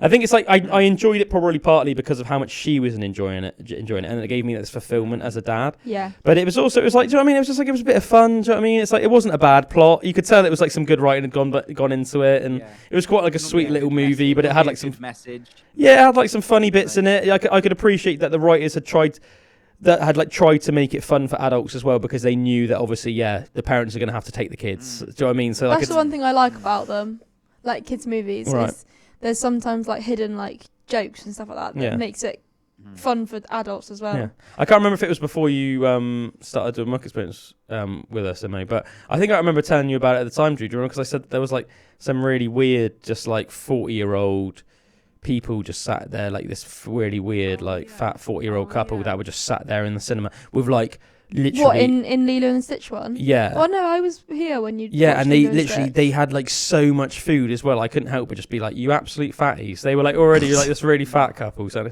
but they must have spent about 50 quid on food, because it's like not cheap either, is it? Like at No. a cinema, like food. I buy and it that. at like Yeah. go to. Literally, it was like there was just like hot dogs and like cheesy cheesy like Doritos Cheesy nachos. and then like ice cream and everything under the sun that you could have bought in the lobby. They just had, and they were just like sat there, just like. And they both were like wearing like Disney t-shirts and that, and I thought, you guys are freaks. Disney adult. Yeah. I just thought you guys are kind of freaky. Like, do you know what I mean? Like, you guys, Super freaky. the vibes that they were giving off was like you wouldn't want to be alone with them. Yeah. You know? Super freaky. Yeah. Hello, Yeah. would you like to see my Disney collection? Got like a Disney themed room. Yeah. Each They should room be is a in the different Disney only theme. showing of that Yeah. film. Yeah. Each Rather than there's like there's people on TikTok that have like their house, but each room is like a different Disney film, Yeah. and it's like fully like every single thing in that room is I like. remember my mum that. always used to paint Disney on the in our houses. She would always do a massive Disney mural Yeah. on the bathroom because she was so good at Yeah, that's so cool. painting. And Yeah. so that was good. I remember in Suffolk we had like a full Little Mermaid all around the bath. Like there was like the guy with the Triton, like her dad, and then like The guy with the Triton. yeah. Poseidon. Yeah. Is that what you mean, Poseidon? That's it. That dude with the trident. Is that what he's called? Is he called Poseidon, isn't it? Yeah. Yeah, he's like the god. Or is he He's like the just god called of King Poseidon? the god of the sea, isn't he? Oh, is that? Yeah, because she's a princess. To be fair, I don't know if it is in the Little Mermaid, but yeah, like it make. Who else would it be? He Like probably Zeus? is. He's definitely Zeus got is- a Triton in it. He's got a Triton in it, so even if he's not Poseidon in Yeah. Little Mermaid, he's He probably is, I is think he? he is. I'm pretty sure he is. Yeah, no, Yeah. Zeus. It definitely would be And- Zeus. But it was good. I remember. She had like the Little Mermaid like on a rock, and then. Or is it Neptune? Sorry. Oh, it's Neptune. Sorry to interrupt, because Neptune and It's Poseidon are the Neptune. same person, but Poseidon is basically the Greek name, and Neptune is like It's the Roman Neptune, name. I think. Anyway, sorry. Yeah, sorry. Yeah. I had a little bit of a eureka moment. Go on, Drew. Sorry. And the little crab as well. So like she'd like. I've just got the memory of it. Sebastian. Sebastian the crab, yeah. It was so cool. Go on and I remember just kiss being in the the bath as a girl. little kid, like looking up at him, thinking like, this is so cool. I'm in the sea. Yeah, that's. I think that's a really nice thing about having like a super Under the artistic sea. mum, because like it's really nice. Like Autistic, mum, we're autistic. or artistic, maybe a bit of both. But like My mum's the second. yeah. No, first. I love how whatever you're the always autistic one is. calling your mum autistic and stuff. It's so funny. But yeah, Em like did that for Evie as well. It had like, painted like a real nice mural on her wall, but like all of like animals and stuff. And it's that nice thing about having like an artsy mum. Do you know what I mean? I think that's really cool. Because I think It's really cool, man. Because I think that as a kid you do remember that. It's like whoa, Yeah. it's like a weird thing because it's your wall, but it's just full like yeah. I'm going to make my kids' really cool. nursery a Winnie the Pooh one, and I'm going to hand paint the wall because I love painting. You are really And I good like at Winnie the paintings. I Pooh. mean, we've got like all the artwork in That's here. not good though. I That's say all not of the a good artwork. one. We've got one weird One picture of picture. us on the wall over there. But there is also all the weird. that. Yeah, all the little drews that are because, still like, just if I knocking about. actually do You know good that from where drawings, it's Imogen drew all alright. those different versions of you? When your face cam's Yeah. So we've still just got all them in the studio as well. But I That's like awesome. doing art, and I think it'd be really fun to like paint on the wall and paint like all the Winnie the Pooh, but like not like the. I want like the original like Winnie the Pooh style, not like the like cartoony ones now, like the actual original Winnie the Pooh ones. So it looked really cool. When I the- can the actual imagine it Pooh around one. the whole house, but I think that's a really good thing to do in like like nurseries or Yeah. have, like specific rooms. It's just a cool like bit to be a bit different in a house. Like it's got like I don't know, but not loads of people do it, do they? It's just like kind of I'd be really upset when you Yeah. have to paint over it though.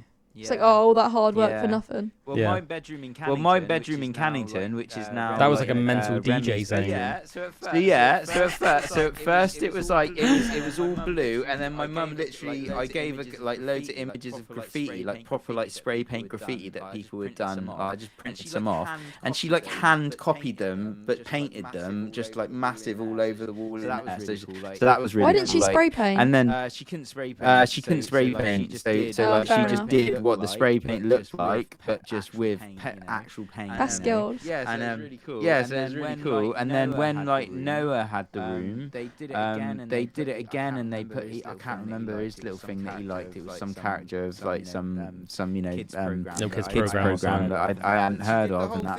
He did the whole thing like that as well. So that room's been about like, and then now for Remy, I think it's animals on there or something. Oh, nice, So man. it's going through phases of A metamorphosis. If only it was like like you should put like wallpaper in between each layer, so like you can like peel off. Peel off a layer and then you just see the art Yeah. underneath. It's like pass the parcel, but pass the Drew's room. was hilarious, Imogen. So like in year 7, I remember when I first went to his house. So he had like it was like this little DJ. It was like a little one man rave. It was like a little one man like raving club, wasn't it? You go in there, be all like this like it was like I remember it was almost like this like lightning blue. Yeah. But then with all of this like yellow luminescent like graffiti That's and cool stuff. though. I like that. And then he had like She did it with an luminescent paint. Yeah. It's like down a back I had alley. UV lights. Yeah, literally UV strobe lights on. And then All DJ the decks. would go up like. That's so cool though. proper DJ You just decks. need the fog machine. And at the time, he had a really like thick Hartlepoolian accent, which is basically the same as a Newcastle accent. Oh, and he okay. had an undercut like me, but then with like bleach blonde curtains, right? But where his hair's like so curly, he had to like gel them straight, so they were like solid as ice. And then he was just like, "Yeah, I'm Drew. Oh, do you want to come around my house in Canton?" And then he'd like go over there and just be like, just in there, and there's like a strobe light on, like. like Darude Sandstorm, just like two little 11-year-olds. Oh, I'd be there like this little fat little 11-year-old with like my gelled up quiff, and then Drew was like this little Hartlepoolian with his bleach blonde, just in this weird little like oh my god, like man. Did any of you guys have frosted tips? No, we're not that Not that cool. What's No, that? not that cool. Frosted tips. I'm pretty sure Bullwinkle has The that. tip of your hair like frosted. I'm pretty sure he has Like had that before. Blonde or coloured. It's the What, kind like of blonde. It could be blonde. It could be coloured. it's the kind of thing young blue. lads get nowadays, The end Drew. of your hair like You know, coloured. the young lads nowadays they spend too much time I thinking about their definitely had it appearance. dyed blonde, but it was all over the top, and then the under bit was like brown. Yeah. Let me show you a Because, picture I of had an frosted undercut. tips. Yeah. And it was, But that was such a I feel like such a stupid haircut. It was like you had to glue it or like Yeah. gel it. Yeah. Glue it. And then if anyone just came and did that in school or Yeah. something like that, it would just go fluffy, and then it would be all the bits of gel, you know, as you imagine like dandruff and that. Yeah. But like I thick used to squid. like walk around all day with no one touching my hair or just being Yeah. it being like glued straight to my head. And I remember another one I did was like that, where I had it like the curtains.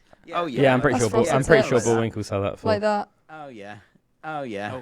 That's Bullwinkle. Oh, Frosty. That's Bullwinkle. Now he's in Australia with a tan. But I remember, you know where you get the quiff. Like you had a quiff that was like down Yeah, like that, yeah. it'd be, like fully like that. But I would do it so it'd be like that, and then I would like quiff the ends to like the sides. Yeah, I vaguely remember that. Yeah. With it just like quiffed up all the way around. It was like so weird.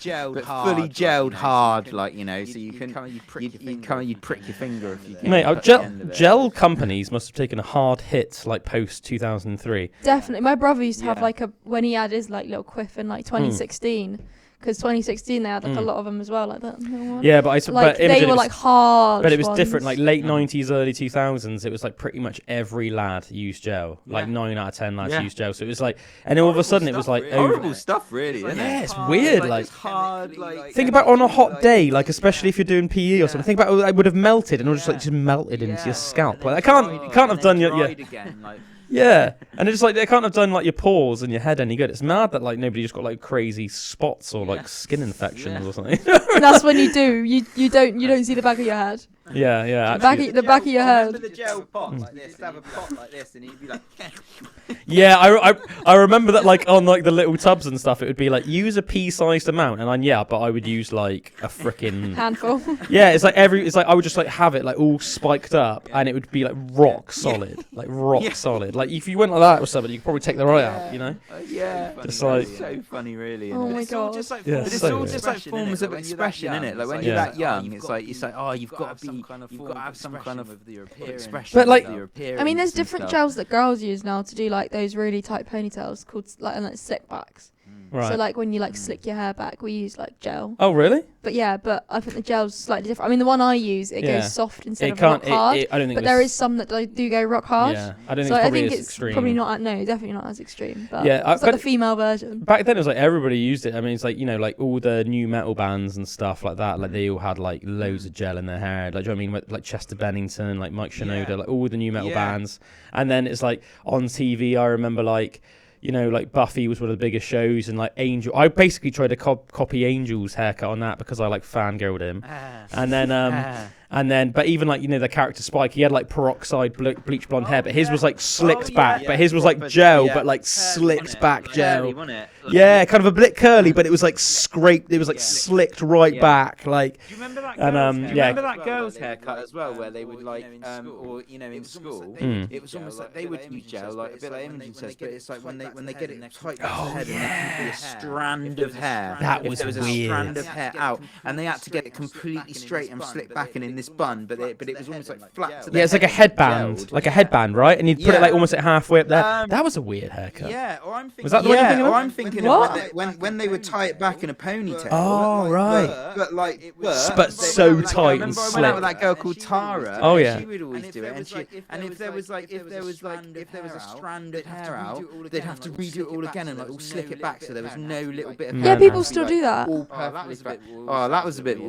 People still do that. That's what I'm on about with slick backs. Like they fully all the way back, really, really tight and neat, really, really slick back. Surely that's not good for like your hairline. No, it's not. Like you see some people, they've like ruined their hair and they're giving themselves like pulling your hair out. Like is it like traction alopecia or something like that? They give themselves that, and it's like their hair starts falling out because they've like caused so much tension on it. They won't have any other hairstyle apart from that. There was like a few girls like that in school, and that would start happening. Yeah, there's people that still do that. I reckon I might have done that a bit to myself, like when I had long hair by the end, because it's like, because I had an undercut, it kind of looked a bit silly to have it down because it was like such a high undercut that like if it was down like this, it would almost look so thin that it would look just like crap.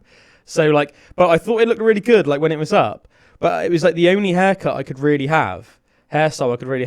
So I would just have it like that like every day. But imagine just having it like that every day for like years on end. I'd probably spending like more than half the day with just my hair like that. And I reckon I did that a little bit. I mean, like obviously didn't. It's just put a different way, I suppose, isn't it? Yeah. Where the follicles are coming out. Jojo Siwa definitely did. Who? You probably don't know who she is, but she was like a big celebrity YouTuber. Jojo C. Jojo Siwa. I have no idea. She's with Chris Hughes. No idea. She was on Celebrity Big Brother the other month. Don't know, Imogen. She Wrong basically crowd. she had like a big like the Jojo Siwa side ponytail of the Jojo bows, like really big. The Jojo bow. Tight. I will show you her. Hang on. She had like a big thing like with the Jojo bows. Like everyone wanted them. Like 2016 again. Oh, how the show has changed. Now it's she was on Dance Mums. And she was really well known for her side ponytail. Is it like Naya's hair? She looks. You can't really see. Naya looks much. Her hair's nicer. so slick. Naya looks much sweeter and nicer. Definitely. That girl looks a bit like she could have been in the early 2000s. But she's got like really, really tight slicked hair. Like if you see how like tightly slicked it is. It's like so much so. Early, do you know what? That's it. When they do that. Yeah, it's like so tight slick. Like she can't do it anymore. And like her hair, when she took it out, like it would stay in the shape of the ponytail. Fully stay. Early 2000s fashion has come fully back in there, hasn't it? Like all the cool kids nowadays, they're walking around in like really baggy, like bulk style jeans, and like it's like, do you remember like Bullwinkle, because he's like really into his fashion, isn't he? But like, you know what I mean? It's like almost like depending on the year, he'll just like dress differently. And I remember like that whole like last year, like before he went to Australia, he was like all dressed in like Linkin Park t-shirts and then like baggy jeans and stuff, and had this full on like new metal look. Whereas like before that, he was wearing more like shell suits and that. Do you know what I mean? Like trackies, like quite colourful trackies, because I think that was what was in at the time. Not right now, but like I look like a friggin' farmer walking around here. I've got my little peak. Yeah, your granddad's one. Yeah, I've got that, and then your Peaky Blinders cap. Peaky Blinders cap, checkered jacket, and then like some boots. Those boots you wear, your new boots, your farmer boots. I think I look like a farmer walking around here. It's like a bit of a style. I quite like it. It's like a practical style. It's like smart, but like you can have a walk around the woods and not worried about your jeans getting a bit. Do your Somerset accent as you're walking around. I think trucker. I think it's good to like I think it's you want to have like a fairly practical style, don't you? Yeah, you want to have something that you can walk around the woods in. But I also think, I mean, I watched so much Kevin and Perry go large when I was a kid, that I think those t-shirts that they wore like individual too, and that whole like I will not conform thing. I think I've always had a little bit of that as well, and I always think that like I think that it's good to develop your own style, like almost like whatever that is. Basically, whatever you sort of want to wear or whatever you think is cool, just wear that rather than worrying about like what's in fashion or what other people think about man, that. if I Do you know what I mean? did Because I that, think oh, man, if I did I'm that, so though, basic. I would look like straight out of Assassin's Creed or something. that'd be cool. I know, That'd be man. cool. Imagine if our clothes were so that practical they were just like literally like like Lord of the Rings or something. It looks so much cooler, doesn't it? Yeah, it does. Yeah. Like people's clothes, like I don't know, the way that I think now modern clothes it's so boring. It's so Yeah. plain, you know. Yeah, Even yeah. if it's like I'd wear a colourful and Batman that, costume. just plain. Yeah. Like Why they used dress to like have Aragorn, layers son of and Arathorn?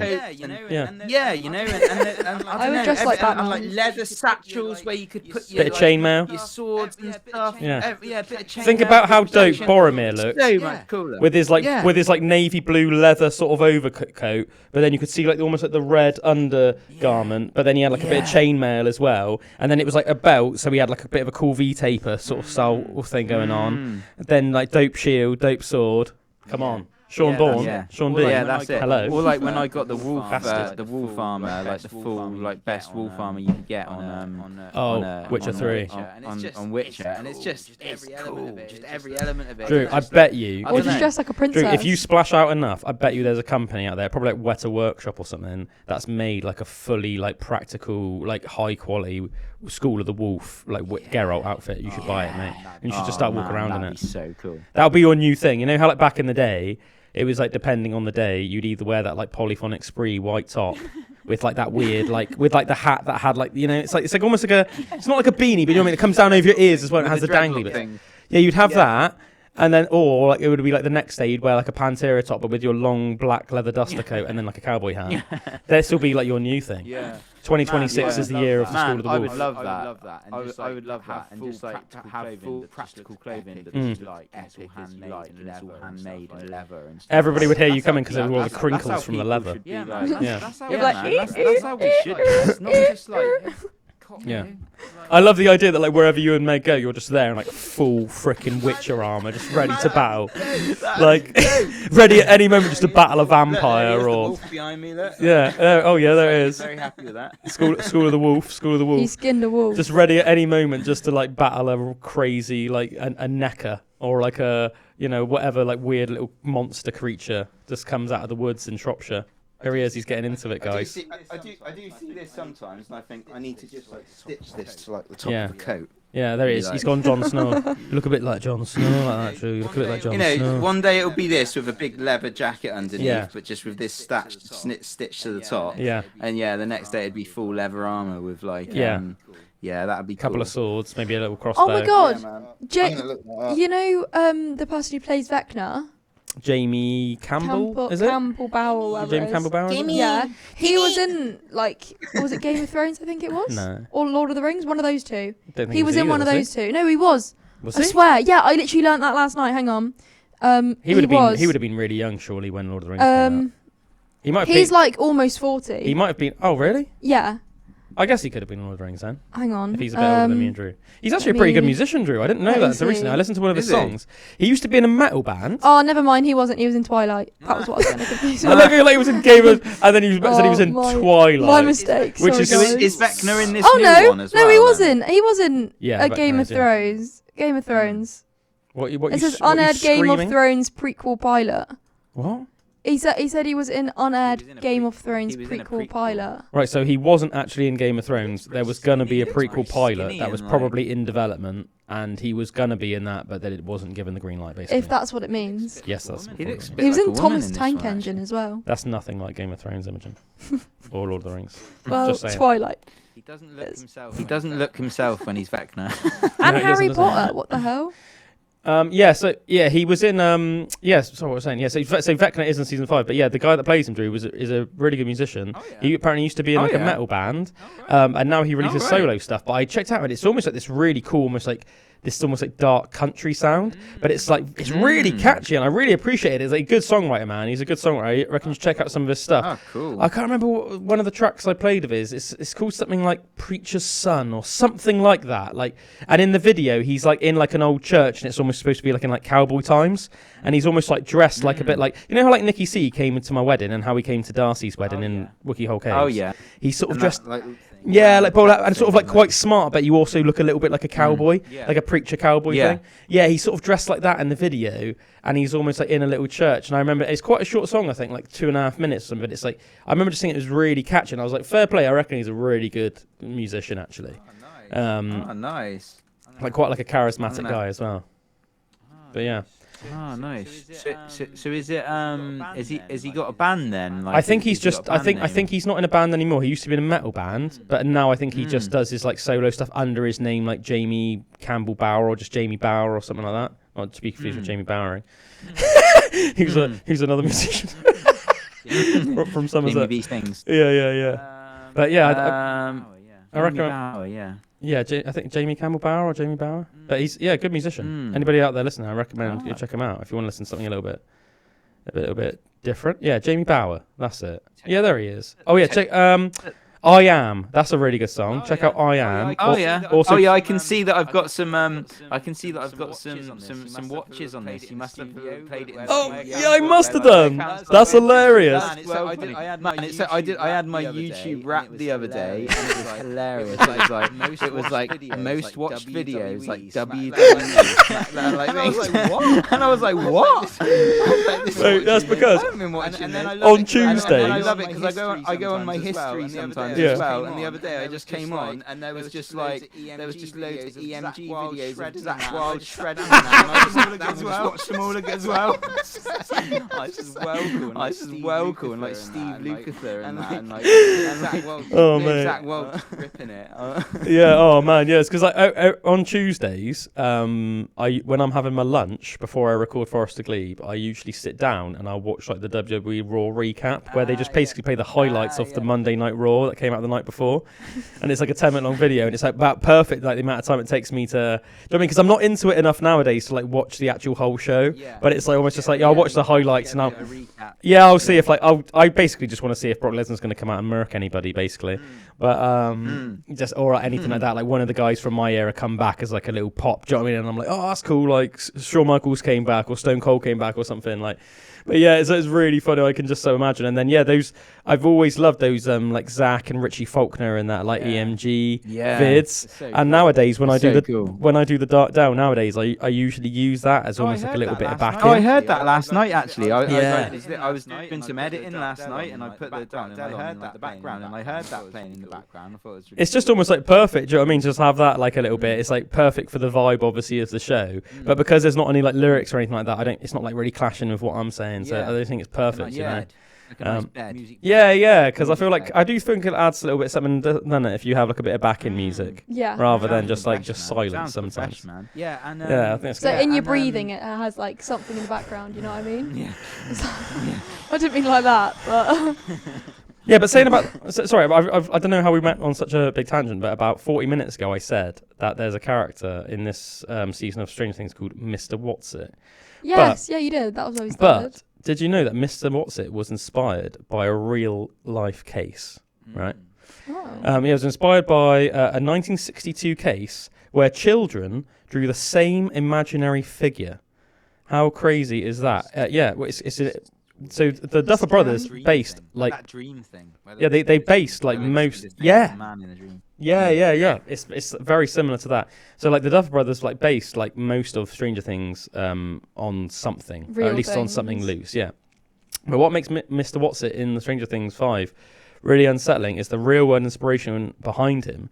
He's reportedly linked to a disturbing 1962 school case in which 37 children, none of whom knew each other, all drew the exact same imaginary figure, a tall, shadowy man wearing a hat. That coincidence is said to have caught the Duffer Brothers' attention and influenced Mr. What's-It's creation, blurring the line between fiction and something far more uncomfortable. So isn't that crazy? It's almost like this little town of kids were almost like they were all having the same dream of this same weird, like dark, tall figure wearing like a bowler hat.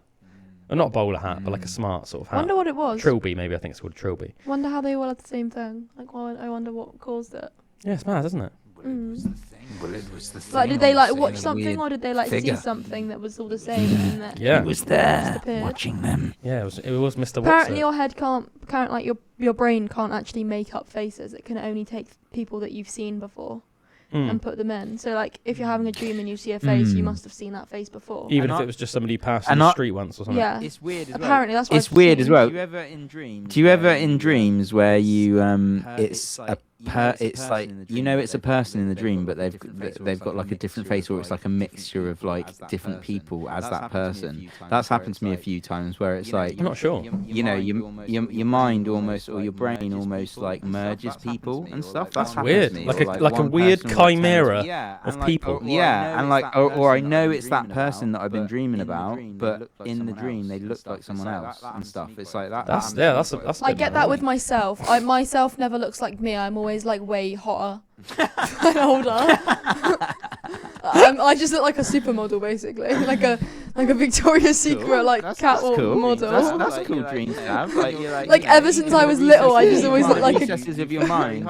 You think very highly of yourself. No, which is good. like no, but it's like so unrealistic. Like That's so even when good. I was like 7, I was like dreaming of myself at like being like 20 and like a catwalk supermodel like looking chick. But I'm I not. like the idea that like in Drew's dreams it's like his head on like Arnie and Commando. So Arnie and Commando. I always still just get jealous of Meg's dreams because she full on like beheads people and stuff. Wow. And like has That's full on scary. like I've never had a dream. I've never had a dream where I've been like in a battle in like such Mortal Kombat. I absolutely love warfare movies and like ancient like all of that stuff. Last I'm Kingdom, like, Vikings. yeah, Beyond that's my favorite. Spartacus, that's my favorite. Game of kind Thrones, kind of yeah. like movie, kind of everything. Imagine what Swords, the world used to be bows, like back axes, then. battling. I definitely glamorise it in my mind. Yeah. And Meg's like not like that in normal life. Like she doesn't mind watching it. I'm obsessed with it. You know, I'm obsessed with it. Where she's like, oh yeah, that's cool, but she'd like rather watch something like a murder mystery or something. Sure. You know. But in her dreams, she's like always like fully battling someone. She's a warlord. In these massive like high stakes situations, running through battlefields and getting captured and then beheaded and all that, escaping and all that. And I'm like, what the hell? You must have had some crazy like Viking past life, like memories that are coming through in your dreams. But I'm like, I want to dream like that, you know, like I want to be. Yeah, I don't dream. You're just dreaming Very about like often. sanding a fretboard, Drew. Yeah. I only dream if I force the Mine are dream upon boring. myself. Yeah, I swear. I'll have to like properly force a dream. Like by doing that, I have to be thinking about like a scenario to that. So like if I want to dream, I've got to think like. Say I wanted a dream, I'd have to put myself into something. So like if I wanted to dream, I could think about myself being in Stranger Things and just go to sleep picturing myself in Stranger Things as I'm falling asleep. And then my dream will start off with me in Stranger Things and then it will just go to something completely random. And then I either forget it or I only remember half of it. Or like I forget the first half and only remember the second half. crazy. So it's like, why did I have that? I don't- dream? I don't- I was thinking think it's about. quite. Yeah, it's quite Go on, man. it's quite interesting as well. Like with Meg, like she seems to be really susceptible with like say you watch something or you watch a movie about something, like she'll incorporate that into her dream like 100%. Not 100% of the time. Well, not 100% of the time, but like Yeah. She watches 365 It's a very- days later. Yeah, I'm not really like that. And I'm I'm not really not. like No, that. and I'm not. And like, say like if there's something dodgy happening on like on a movie or something, and it's just like her heart will be pounding, and it'll really affect her, and then she'll dream about it. Is that why she doesn't like horror? I imagine. Yeah, Because it just like affects a her bit too visceral. much. Yeah. Yeah, I can really separate like Yeah, the me too. viewing me it too. as like a spectator from me feeling like Yeah. emotionally Yeah. invested in it like myself. Yeah. Do you know what I mean? Like, I can get That's invested what in the I feel movie, like. like That's I'm what I enjoying feel it like, and I'm yeah. enjoying the roller coaster ride of Yeah. like the emotions and the wondering what's happening next. But like as soon as it's over, as soon as it's over, I'm like that's over now and now I'm back to my normal life. I'm not like Oh, then I'm like always scared after. and like Yeah. the themes of it and stuff as well. And I'm like, Yeah. oh, that's crazy how you like so susceptible really to stuff like I think that. it's like all people like that. It makes sense why people like that don't like horror because Yeah. it's like if it's going to affect them Yeah. for like days or weeks afterwards, then like yeah, it's a bit like traumatic, isn't it? Even But like season 4 of Stranger Things, I remember we started trying to watch that. I remember you telling me, and she just thought back and it was too scary. And I'm like, what? Yeah, and I'm like, what? Yeah. To be fair, I think that's probably like I remember that first couple of episodes. He's on yeah. those Empics now, so he's fine. Yeah. He's a girl. That first He's a couple. girly queen. That first couple of episodes of season 4, yeah, it is probably like the sketchiest episodes of Stranger Things, isn't it? because he is quite a menacing in that. Like the whole way they do that, it is very much The like a horror sketchiest thing of villain. Stranger Things, you think, is It's those the first couple of episodes of I season think 4, yeah. I think the sketchiest one is the whole of like season 1 and season 2. Do you reckon? I think that's probably, well, maybe not the whole of season 2, but like I don't the think- whole thing about Will going missing and not knowing who's taking him. I think that's the scariest One thing. thing that I do think they did better in the earlier seasons in general, I think that they did a better job of like the music, and that was creepier. I liked when the Upside Down was blue, not red. I remember, yeah. Until season 3, it was blue, and then I it's remember turned red. they used to have this like synth that they used to do in the first couple of episodes, and I can't. It was something like. Oh yeah, whenever anything happened, it was the and it sounded a little bit unsettling to hear it, and they didn't really use it in the last couple of seasons, and I don't really know why. I swear they used it like all the first like 3 seasons. It was like quite mysterious and weird and alien sounding. And then they just stopped using it. I do feel like the music in general, it was almost like they were relying more on just like, what 80s old school hit are they going to use as like an Easter egg in this episode? Do you know what I mean? Which I think that's really cool. Like I love the whole Kate Bush thing and the Master of Puppets thing, and they've used like David Bowie and all sorts of artists. But I really like that like alien sort of 80s synth sounds they used a lot. In the first few seasons, I reckon they should have incorporated that a little bit more into it still. But I don't know. I reckon most people would agree that I reckon the first couple of episodes of season 4 were the most, because I think the first couple of seasons were really mysterious. But I think he was almost like a classic horror movie antagonist, like Vecna in the first couple of episodes of season 4. Like, he was all in the dark, but you couldn't properly see him, but you could just see that he was a bit monstrous, and they had like that menacing like clock chime, like, and then he'd be like, Nancy, or whatever, like, Chrissy. And it was like quite unsettling, do you know what I mean? Like, and you just see his like weird giant like spiky hand and that, like. It was a bit like Freddy Krueger-esque, but I reckon probably sketchier looking than Freddy Krueger. Yeah, I think. I think Freddy Krueger doesn't really look very sketchy. But I reckon if she'd have stuck with it, it'd been fine, because it gets less freaky as it goes on, and you actually do see him. I think also it's that whole not knowing that half thing where you know like you can't see and you don't know what to expect in that. I think your brain doesn't like mystery too much. It's like it's unsettled by too much mystery, but I think after a while you just get used to whatever it is, and that's why I think that like after a while, like pretty much any horror movie antagonist, it sort of loses its fear. Like you lose your fear of it, because it's like, regardless of whether it's like Jason Voorhees, Freddy Krueger, Vecna, it's like you get so used to it if you've seen enough movies or just seen it enough in sort of pop culture or whatever. You're just like, I'm sort of used to it now. My brain's like gotten used to it and adapted to it, so that level of like fear is gone a little bit. That level of like, oh my god, like what is that? What is that? Like, like that thing. But keeping it always teetering on the edge. Like there's been a few movies like that where they don't actually show you the monster. This one. And you've got to use your imagination. Yeah, that's exactly what I'm on about. I love trying to find it. I love how you found it. It's called The Upside Down. See, that's good, isn't it? You got that, like, yeah, I like that one. A little I bit in like the kids background. as well. This one. I just said I like kids as well.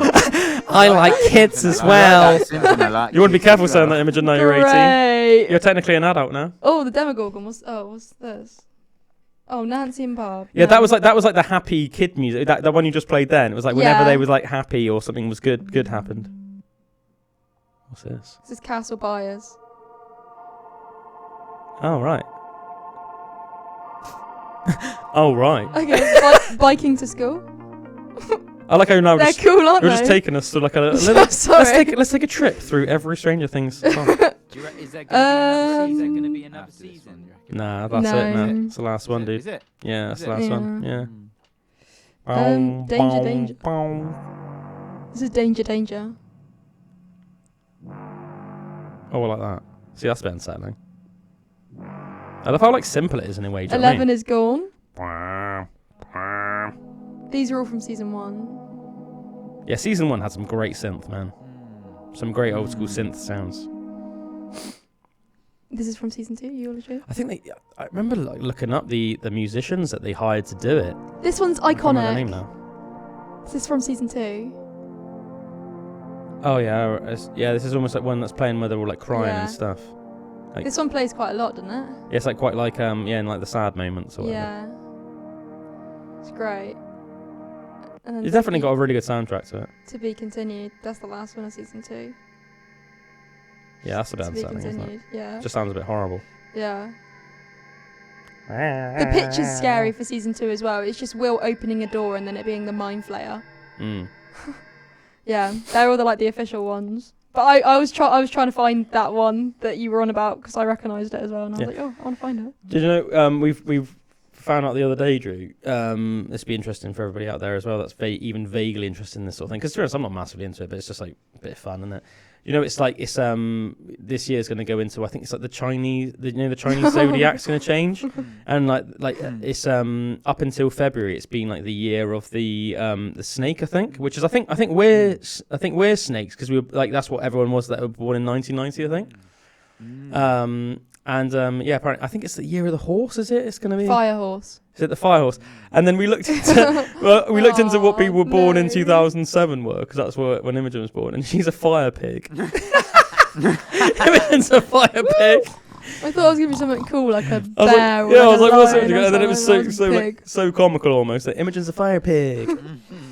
But apparently, the year of the horse is going to be a really good year for people of the snake zodiac, Drew, the Chinese zodiac of snake. Oh, nice. Apparently, it's supposed to going to be bringing us wealth and prosperity and stuff like that. Oh, mate, I hope so. Me too. I was like that. I was like, You first of all I was like, you come thought you got a on, bad come one on. first of all, didn't you? And then it If turns I- out you read the rat one. And yeah, I accidentally read the rat one, and it said something like it's going to be a stressful year of like financial uncertainty. And I was like, oh, for God's sake! man. And then I was like, oh, I've got it wrong. And then I read the snake one, and I was like, yes. Mate, with the first Good commission money times. I'll buy one of those Witcher things. Oh, mate, yeah, you have to. I love the idea that like the first time if I get one. I love the idea that like the first time you come down land after it. that, like I hear the door go, and then I just hear like these like crinkling leather and like almost like like the cowboy sounds with the spurs and that almost sounds a bit like that as you're like walking up the steps. But yeah, we would talk. It was quite funny. We were talking about that whole like Chinese zodiac thing on Imogen's radio show. Good. We were talking about Times, good times, wasn't it? It was Good Times, which airs on Fridays at 2 p.m. on AW Radio. Oh yeah. So if you want to listen to Good Times with Imogen and me as the co-host, then yeah, check that out. 2 p.m. AW Radio. It literally is a good time. Oh my God, We always have a ice good has laugh. been in my drinks bottle since like 8:30 this morning, and it's still there. Wow, that is well insulated. Oh my God, That's it's so cold. Good drinks. Imogen, you've got some sort of like test for me and Drew. Yes, I do. Oh my God, I forgot about Let's this. end the show with this then. Oh my God, yeah. You ready, Drew? Okay, You've got a little are test. you ready? So I've got 20 questions for you both Right. to see who knows who better. Who's the better friend? I'm pretty confident. I'm not saying I'm a better friend, but I'm pretty confident I'm going to win this. Are you just ready? bad. Because So Drew's we've just got a bad couple at stuff different. Drew this can't thing. remember stuff, so. We've got four I different. feel like sorry. scenario I feel like things. I've just like put my foot in the grave there now. I feel like I've said that, and now I'm going to lose horribly.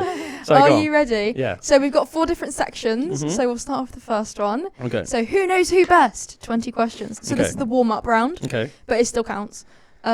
Keep track of how many points you've got. Please don't cheat, I mean, I'll try. Yeah, I'll try. because I don't have anything to keep track of it on. Okay. So, first up is our warm-up question. So number 1 is, what is the other person? So for you, Calum, it'll be Drew. And Yes. Drew, it's Calum. Yeah. Thank you. What's their usual coffee or drink order? So if you were to go to like Costa Coffee, what would you order? I think Drew would most likely order a coffee the same as myself. Yeah, but how would he have it?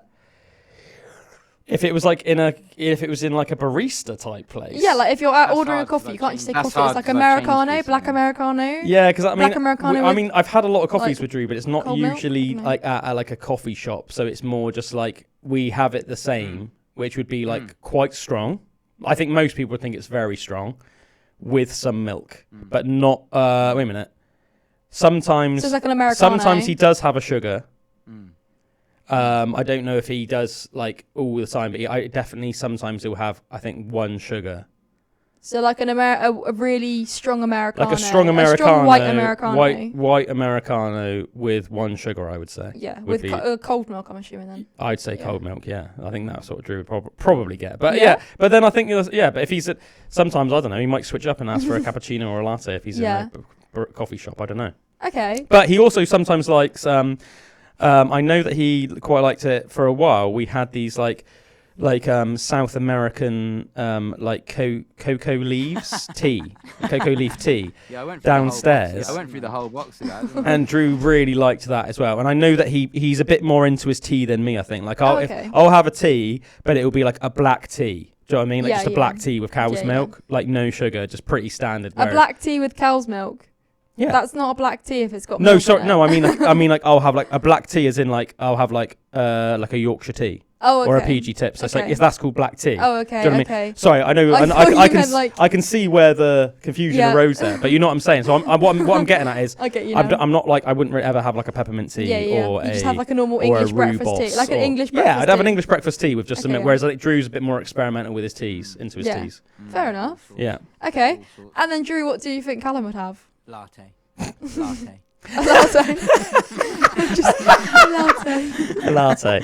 Is that your final answer? I like ordering it out. I like how I just went on a really like a long like thing, and Drew just went a latte. But it's different. Is that all you think you have? At home is different when you're out. I reckon get a large latte. Probably get a large latte when we're out. Potentially. Yeah, I mean, just at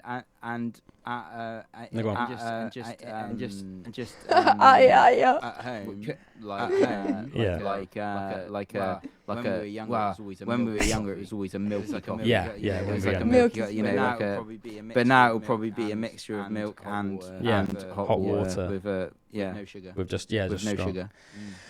Yeah, I mean, so to be fair, I pretty much always used to get a latte if we had like if I went to say like a coffee place. Nowadays, I pretty much always get an Americano with cold cow's milk. Yeah, I've gotten like more simple as the years have gone on. And for me, I always get a flat white now. Whenever I get like a thing out now, because it's usually whole milk, and I like whole milk more, and it's usually stronger, and I really like it strong, and it's a bit less in there, but like whole milk and stronger. So I usually get flat white. Yeah, I think with me, the reason I've gone to Americano is because I've got like the older I've got I'm almost more rebel against stuff which is over the toply, like, you know, like what's the word I'm looking for, like foo-foo. You know what I mean? It's like I just want a coffee. If I want a coffee, I want a coffee. I want a coffee. So I just want an Americano with some cow's milk. That's what I want. I want like a good, strong, high quality coffee with some cow's milk. I don't want anything else. Like, you know.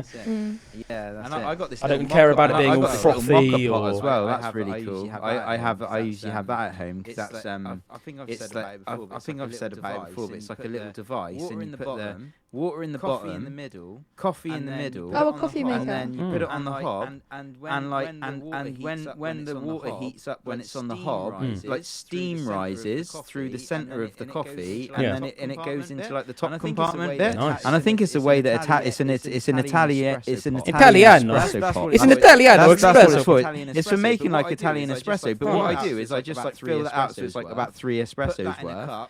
Put that in a cup, put loads of milk in it as well, and then heat that up on the hob. A really strong, like quite milky, but like really nice fresh coffee like flavour. So I usually have them. It's called a mocha pot. Oh, nice little mocha pot. There you go. It's weird that it's called a mocha, because mochas are like chocolate and coffee. And chocolate. Josh always used to get a mocha flake. I remember whenever we go to Costa, he'd always get a mocha flake with a 99, so like a little flake, a chocolate flake in it, in the cream on top of the hot chocolate coffee combo.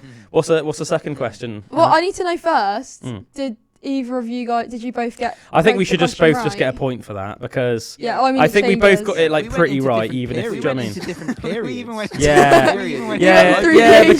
we would have coffee. We would have coffee in different periods of our life. That's what I mean. So I think we should just you both get a point for that.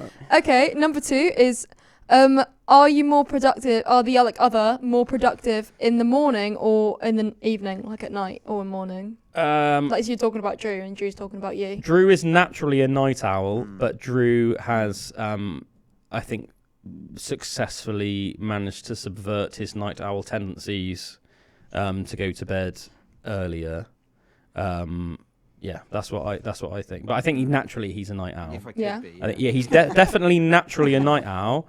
I think most creative. I think most creative people feel more creative at night, and that might just be purely for the practical reason that there's less distractions at night, there's less people badgering you, you're not expected to do your day job, people aren't messaging you and ringing you and emailing you as much. So I think It's dark too, in so general, I nice. remember I was listening to an interview with Kate Bush, and she was saying that she gets up at like 11 o'clock every morning because she would stay up late every night writing songs. And even by the time she released her first album when she was only 17, she'd already written over 200 songs in her life, because she was just such a creative that like she would just stay up all night writing songs, you know. And I really empathised with that. I was like, do you know what I mean? But so I think Drew's very much like that as well. But I think Drew had like you know, we spoke the other day, and Drew said that he was asleep by 10:30 at night on New Year's Eve. Do you know what I mean? Didn't even see the New Year in. So Fair enough. So I definitely think Drew naturally is a night owl and more productive at night, but has probably subverted it for practical reasons. Baby. You know, like Baby. Yeah. baby job. We yeah. take it. We Yeah. take it. And We Drew, take what do you it. We think? take it in turns. Definitely. Night, definitely. I would say like Calum's a real night owl as well. Going on deep dive rabbit holes into different Realms. I reckon a lot of the stuff. I reckon a lot of the stuff that different realms. And I reckon a lot of the stuff that you look up for the podcast and that is probably like quite late at night when you're just like looking through things. And I'd say the majority of I what can I imagine. know in general is stuff I research late at night, just in general in life. Do you know what I mean? Fair enough. If it wasn't for the nighttime, I'd be a complete carrot. So you both rather than got just a bit of a points carrot. for that one as well. I'd say we just get 1 Yeah. point each for that, wouldn't you? Okay, that's great. So we're two even. 2-2, yeah. all. 2-all, mate. 2-all! Back What's of the the net. favourite comfort food of the other person? Doritos for Drew. Yeah, I mean, Doritos would be we one. said earlier, didn't we? Yeah, I mean, we both... well, actually, I should stop saying this because I'm sort of giving my own... Drew loves a slow-cooked meat. Drew loves pizza. As a comfort food? I mean, yeah, I would say Yeah? so. I'd definitely say Okay, it fair brings him enough. comfort. I know he loves pizza, but then who doesn't love pizza? Doritos My we were saying granddad. earlier. I mean, he did sort of say earlier on that roast beef, Monster Muncher, is his favourite crisp, so I'm sort of got that in the bag. Drew likes chocolate a lot more than I do. So you could definitely imagine. I mean, he once on a Pandora's box just a couple of months ago, he was like scoffing a whole Biscoff chocolate thing, wasn't he? Like while we were chatting and stuff. So, but yeah, I mean, I know. I'd say in general he's more into savoury stuff than sweet stuff. Yeah. Similar, you know, it definitely likes quite a wide range of cuisines, but can't handle spicy food too well. So, like, you know, he loves a curry, loves a Thai, but just won't get anything too spicy. I think that, if he was going to have, like, I don't know, like what you'd say is like a comfort food. Like one comfort food? Yeah, like I one. kind of see all Try- food as comfort food. Yeah, that's just it. food as a whole. I think like, I think that anything I've just mentioned, Drew would find comfort in. Like, Okay, I think I'll if, let you have it. If you cooked him a slow cooked meat really well, gave him a He's bag, so into this. gave like, him cooked up a barbecue based pizza. But a barbecue based one, not a tomato puree based one. Okay, and then yeah. gave him a packet of Doritos. He would be a happy lad. He'd be reaching the flow state. with like a crate of like some nice beer. He wouldn't be overly fussy which one it was. He's waiting for you to give him all this now. You could give him like a crate of Singer, like that nice Thai beer, or maybe a Cobra or a Tiger, which is Indian beer. Or you could get him some Pilsner Urquell or Star Pramen or some Blue Moon. He'd be happy with all of that. Okay, I'll take it. Is that correct, Drew? 100%. Yeah. 100%. Okay, yeah. And what do you think Calum says? Comfort food. I would say rather than like a chocolate bar or anything like that, it would be like a proper slow roasted like lamb that's been like fully, you know what I mean? Yeah. Fully The difference with you two. slow cooked with the thing at the bottom with a what's it called at the bottom? Like a stock at the bottom and some veggies in the bottom of the pan. Lovely big hunk of meat. And all wrapped up and slow cooked for like 8 hours, and then just with that's like a normal food, but I reckon that would bring great comfort, like as a practical dish after a massive workout or a big walk up the Quantock Hills or something. To be fair, You know what I think comfort food is almost like a strange term because I don't really feel like I'm the sort of person that has a comfort food in terms of like. No. I know what the term means. You like eating good food that's cooked really well, and that's very like I have lots of things that I That like. could be an answer if there's not But like it's a like specific comfort. you know, like I'd say that then. you hear like some women say if they're a bit premenstrual, they just really want to eat chocolate and they just want to Yeah, get. mine's And I ice feel cream. like that's like a comfort food thing. It's like I'm feeling a bit hormonal and I need to sit on the sofa and eat chocolate. But Mine's like, ice cream. but I mean, I'm not like that. You know what I mean? Mine's ice cream. If I'm like having a bad day and I just want to sit down and just have something, ice cream. One thing I would say is like if you want to go more of like a treat food, so it's not something that I would eat like every day, but I love, but I know it's not necessarily good for me. Would be something like a massive like cheeseburger, you know, like something like that, like a massive I love cheeseburger with like cheeseburgers. bacon in it, like 2 big patties, some burger sauce. Load of cheese, some tomatoes, some lettuce, some gherkins. Yum. You We know, like Man, we went to Shrewsbury the other day, and there's these brothers that made a burger company called the Beefy Boys, and it's like had like awards and everything. But they got this one in Shrewsbury, it was insane, and you could get like I got a proper big double patty, like real nice like beef burger, but it had this like crushed cheese wheel right in it. And it was like this really flat bit of cheese that had like been like crushed down into this massive circle and like fried on their burger thing with all the burger juices, and it had gone really crispy. So but the texture of it was insane. It's like you bit into it and it was like chewy cheese that had been cooked, but it was like almost hard, like, you know, it wasn't like melty or anything. It was like chewy but like amazing texture. But a mixture of that with the burgers, like it was insane. It was like it was really it was almost a bit after, you're like, I feel a little bit sick because that was like very rich. But cheese, that much of that cheese wheel thing was like really rich. Like Meg couldn't eat all hers, but I got one in each one. Yeah, man. I reckon you'd. Yeah, man. I reckon you'd have loved that as well. Oh yeah, I bet I would. Just like that would have been well up there. That would have been well up there. Just to say as well, Emo, just to include you in this. So you're saying about the hot drinks. You don't like hot drinks. No, I don't. You do have sometimes But though what a would I coffee, have, though? but it has to be like an iced coffee, like a With what shot? Syrup shot? Caramel. No, I hate caramel. Syrup shots. vanilla. Vanilla, yeah. Yeah, vanilla. But I probably wouldn't have that. I'd probably have a hot chocolate Yeah. or a Monster. Yeah, but a Monster's obviously not a hot drink. No, but it said hot drink or drink. Oh, okay, sorry. Sorry, I thought the question was just hot drinks. No. And then I think a comfort food for you would be I told you my comfort food. a strawberry milkshake from McDonald's with a portion of fries. Okay, that's another one. And then you dip your fries into your strawberry milkshake because you're a freak. It's nice. So I think that's one of them. It's nice. And obviously, Like just the grease. oh, I know, just floating mate, around it's so on top of the weird, isn't milkshake. it? It's so No, weird. don't knock it till you try it. I will never try that. I will never try that. It's so nice. But what's the next question? Yeah, isn't it weird? It's all mixed in your belly, but like I can't imagine mixing that in your mouth. Dip in like a hot Do you reckon I'm chip more in, like, productive a in the morning or freezing night? Cold. Morning. Night. Really? I hate mornings. I hate waking up. Damn. It's because I don't like waking up. But you spend the thing is it's hard to say with you because you go to bed quite early, but Never. you take loads of naps as well. So Emma just sleeps like 12 hours a day. She just like spends most of her life asleep. I do. The next question is, what's one habit so the other person does every single day? Why are you doing that? What? Because I know Drew. I know Drew so well, and I've known him for a long time. What's one habit he does every day? Keep it PG though, please. One habit. Like one weird thing that they do every day. One weird thing. Just say weird. We'll do one weird thing they do every day. One weird thing. I don't know. Drew probably does several weird things every day. I don't know. Something weird that Drew does every day. I mean, something that he does every day, like one thing that he does every day that's not like work or like something that you obviously do every day.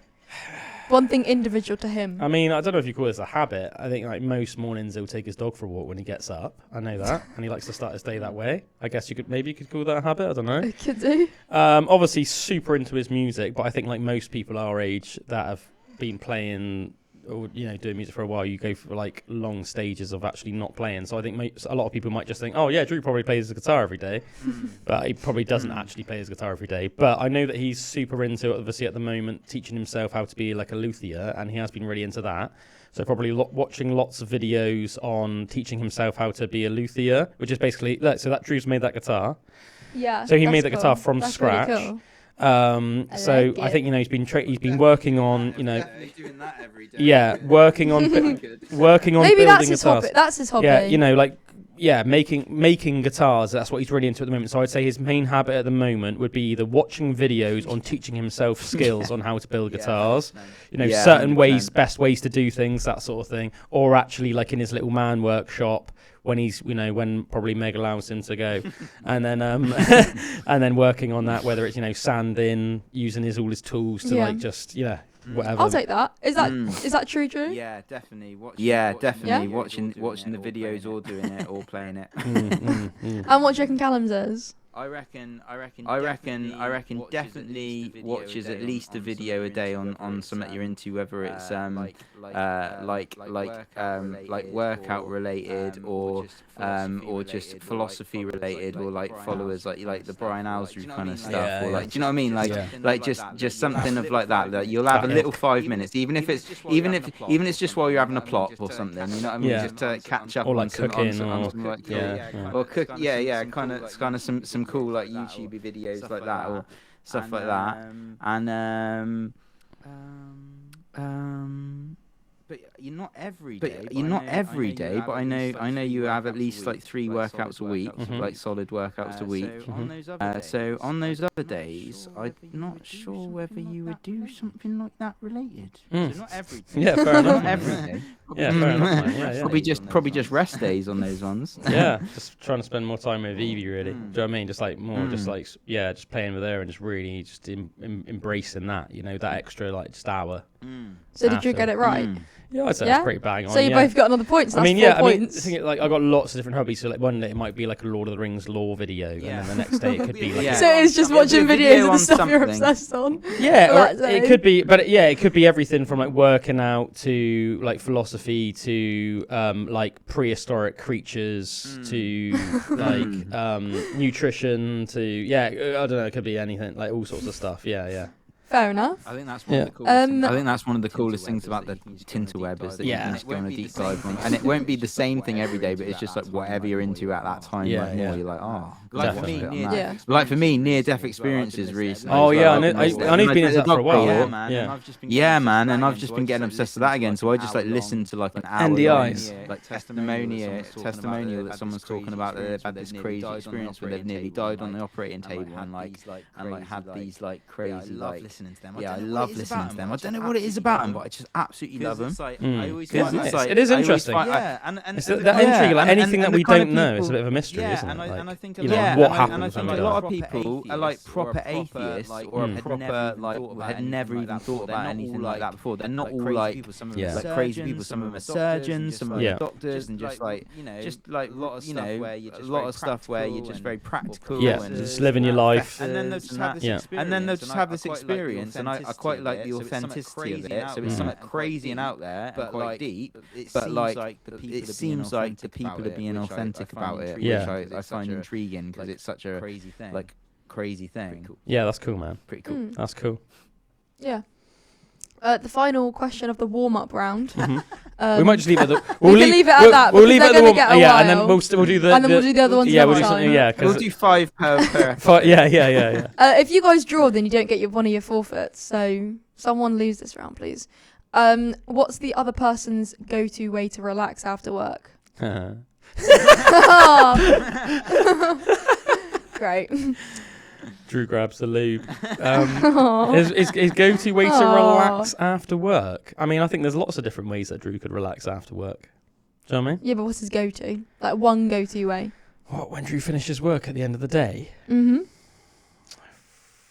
I mean, it's probably not anything specific, though. Do you know what I mean? It's probably like he either goes to his man workshop, or it might just be like he has dinner with Meg and Ruben and then enjoys spending time with them. Do you know what I mean? Like, I don't think it's probably like anything like something boring. Until they go to bed, really. Yeah. I don't think it would be like I call it duties. It's like there's many duties. There's the duties. Yeah. Whether it's like work, yeah, there is. Whether it's like work or family or whatever. Or it's just housework, man. All the duties are fulfilled. Yeah.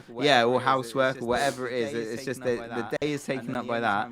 And then the only time you get to relax is when all that's kind of like over. And then you get a couple of hours of plonking. Everyone's been fed, and and it's just like, You plonk yourself down for a couple of hours. Yeah, I would say my main. Yeah, I would say my main one is the video thing. Like, is the chance where I can finally just sit down and be like, oh, I'll have 5 minutes and just have a flick through some videos now. Yeah. I always think that it's almost. I always feel like you get through your days you can call them duties, tasks, whatever jobs, and then it's like, and that's not just your day job. That's like, parental responsibilities. It's like cooking dinner, doing the dishes afterwards, making sure that you're on top of all the housework. Like, you don't want to leave your kitchen in a mess. You want to make sure that all the clothes are washed and drying and all the rest of it. And then it's like, you've accomplished that. You can plonk yourself down for a couple of hours on the sofa before you sort of turn in for the night and then do it all again. That sounds good. Yeah, I'm assuming that you got that right then. Seems like you got that right. I think it's pretty. I think it's pretty similar. Just like I think it's probably pretty similar for us both in that regard, really. Of like that especially just that initial relaxation is probably just to flick through like some cool videos or whatever. I think that, and then it might be something deeper. I think that even though like in a very sort of like nuanced way, there are obviously differences between our lives. I think on a very sort of basic level, our lives are like pretty similar in terms of like. We live in a house with a significant other. We've got one kid. We both have hobbies. So I think that even though there are obviously nuanced differences, I think that there are like our lifestyles are probably pretty similar on the whole. Yeah. Well, I think you guys drew there, so I think you both know each other equally for the warm-up round. So next time we'll go on to the different one. I think harder questions next time. Yeah, that'd be good. I'm looking forward to the harder questions because I think some of them, it's like, do you know what I mean? Some of these questions though, I feel like they're not like necessarily like right or wrong answers. Do you know what I mean? Like if you ask me like when Drew's mum's birthday was, I'd either get that right or wrong. Yeah. Do you know what I mean? Yeah. I gotta get better questions. I'm gonna get better questions, and I'm gonna come back next time with much better questions. And you guys are gonna be like, no, and I'm gonna get somebody to do a forfeit at the end, and it's gonna be really embarrassing. Your way to relax is by making TikTok videos. You love making TikTok videos. My way to relax is sleeping. Yeah, well, you love sleeping, but you also love making TikTok videos, and sometimes you even make like your mum and your nan do them and stuff. Oh, I did one at college today because my friend forced me to, and it wasn't a dance. It was literally just me recreating Millie Bobby Brown's like singing video. Oh, nice. Yeah. Oh, well, there you go. And it's really embarrassing. I know that you love making TikTok videos, and TikTok, like, it's not always dances. A lot of the time it's dancing videos, but also just sometimes just like that thing you showed me yesterday. Lip syncing or just weird things. And it was just, the... Yeah, that was, it's really strange, really. But like, you love making TikTok videos. No. You love dipping chips in strawberry milkshake. You love making TikTok videos. You said that one twice. Yeah, I know. I'm just trying to think. Like, what else do you? Obviously, you like going to ballet, but you didn't. But only if your mate will go with you. But no, I went without her. Oh, you didn't. Yeah. I went without her. Yeah. You just get a little bit anxious to go on your own sometimes. Yeah. Obviously, you go to your rehab for your hip. I don't do that anymore. I completed it, so I just do it at home. Completed it, mate. Completed it. Yeah. You want to go into the gym this year. But I probably won't. But you probably won't. You tried to start running, but you did it once, and then you were like, I hate this, so you just stopped. Yeah. I don't know. I think I've pretty much mentioned everything about your life at this point, apart from my you walk your dog? I don't walk my dog. My dog doesn't walk. She refuses to walk. You've definitely told me that you've walked your dog before, though. I try to, but she doesn't walk. Right. Okay. I tried to do it on Tuesday. Maybe it was just you went to walk yourself. Maybe. You like spending time with your cat? Yeah, I do. I love my your old cat. My old cat and my young cat. Both of them. Yeah.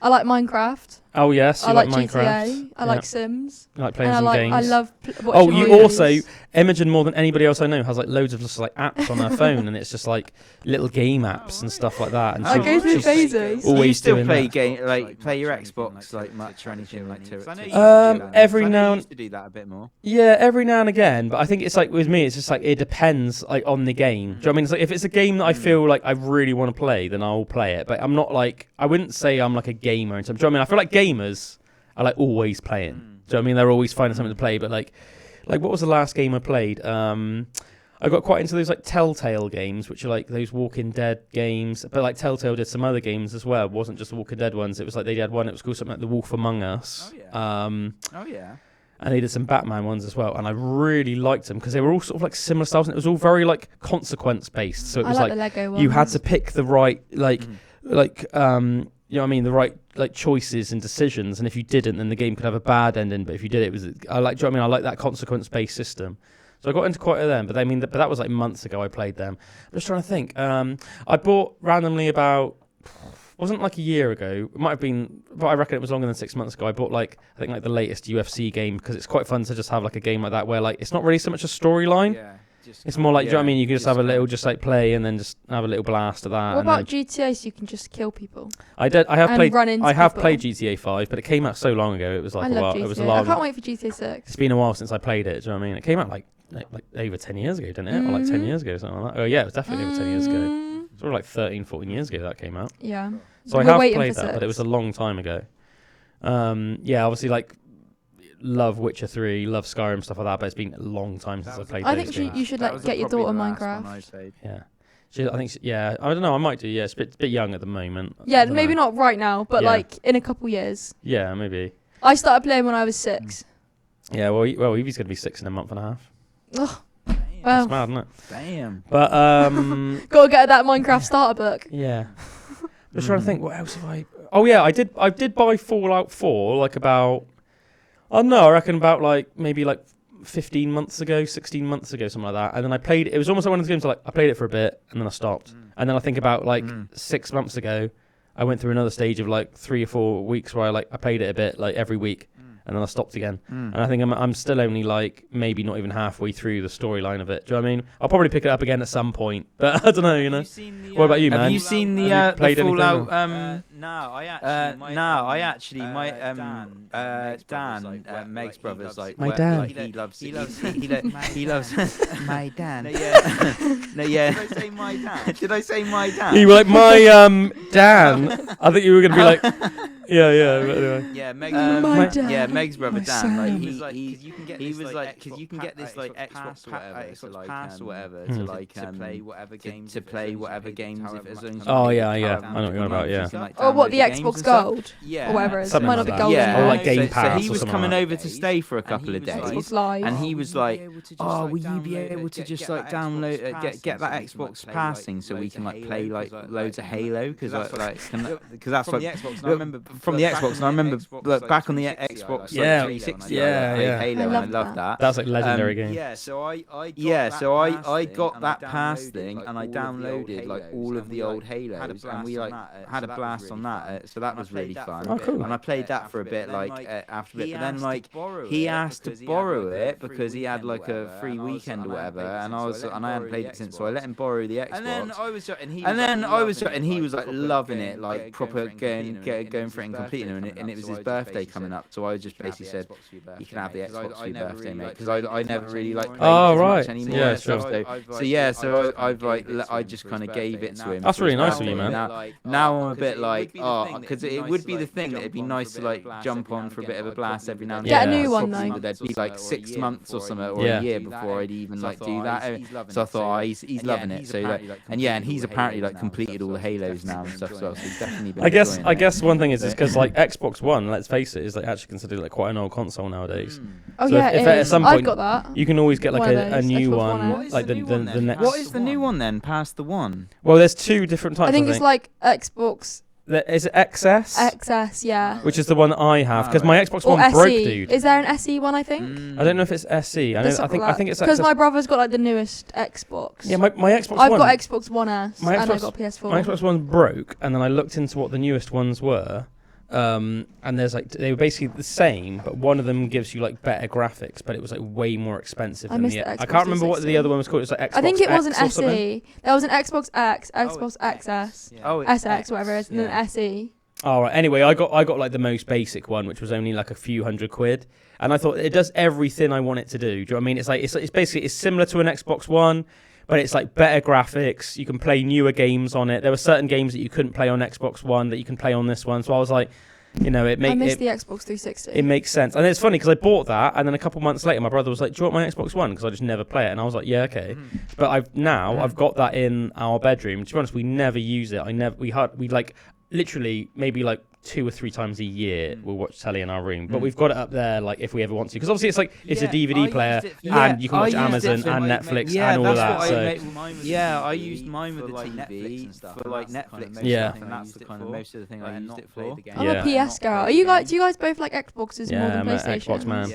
I like PlayStation. I love my PlayStation 4. Yeah. I've got the Xbox and the PlayStation in my room, but I play PlayStation. Yeah, Josh is a PlayStation guy. Look, I always was an Xbox person. I used to prefer. I didn't like my PlayStation when I first got it, but now I love it. So you have got an Xbox? I've got an Xbox. I started with an Xbox, so I've got an Xbox 360, which I've then moved downstairs, and then I've got an Xbox One S, I think, which I don't use as much anymore, but I've still got it in my room. And then I've got the PlayStation 4, which I've had since like year 6. We should add each other. Yes, on oh my god, Xbox. yes. And then we can just send each other Pro funny Foxy 2007. I remember the me. only thing Drew ever uploaded on Xbox was this scene in The Witcher 3 where you have like sex in a lighthouse.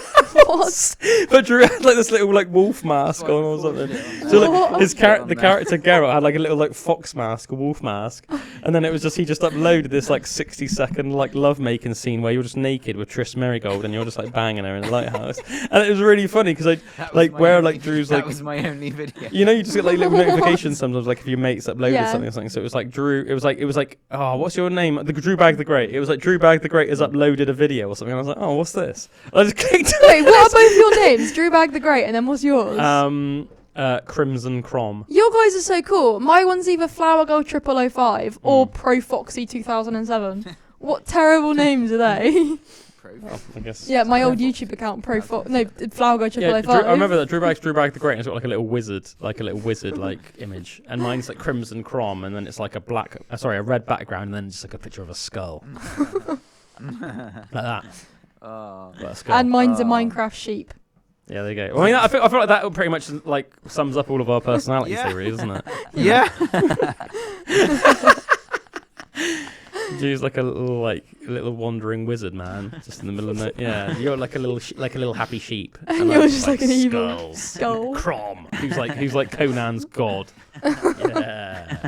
Yeah.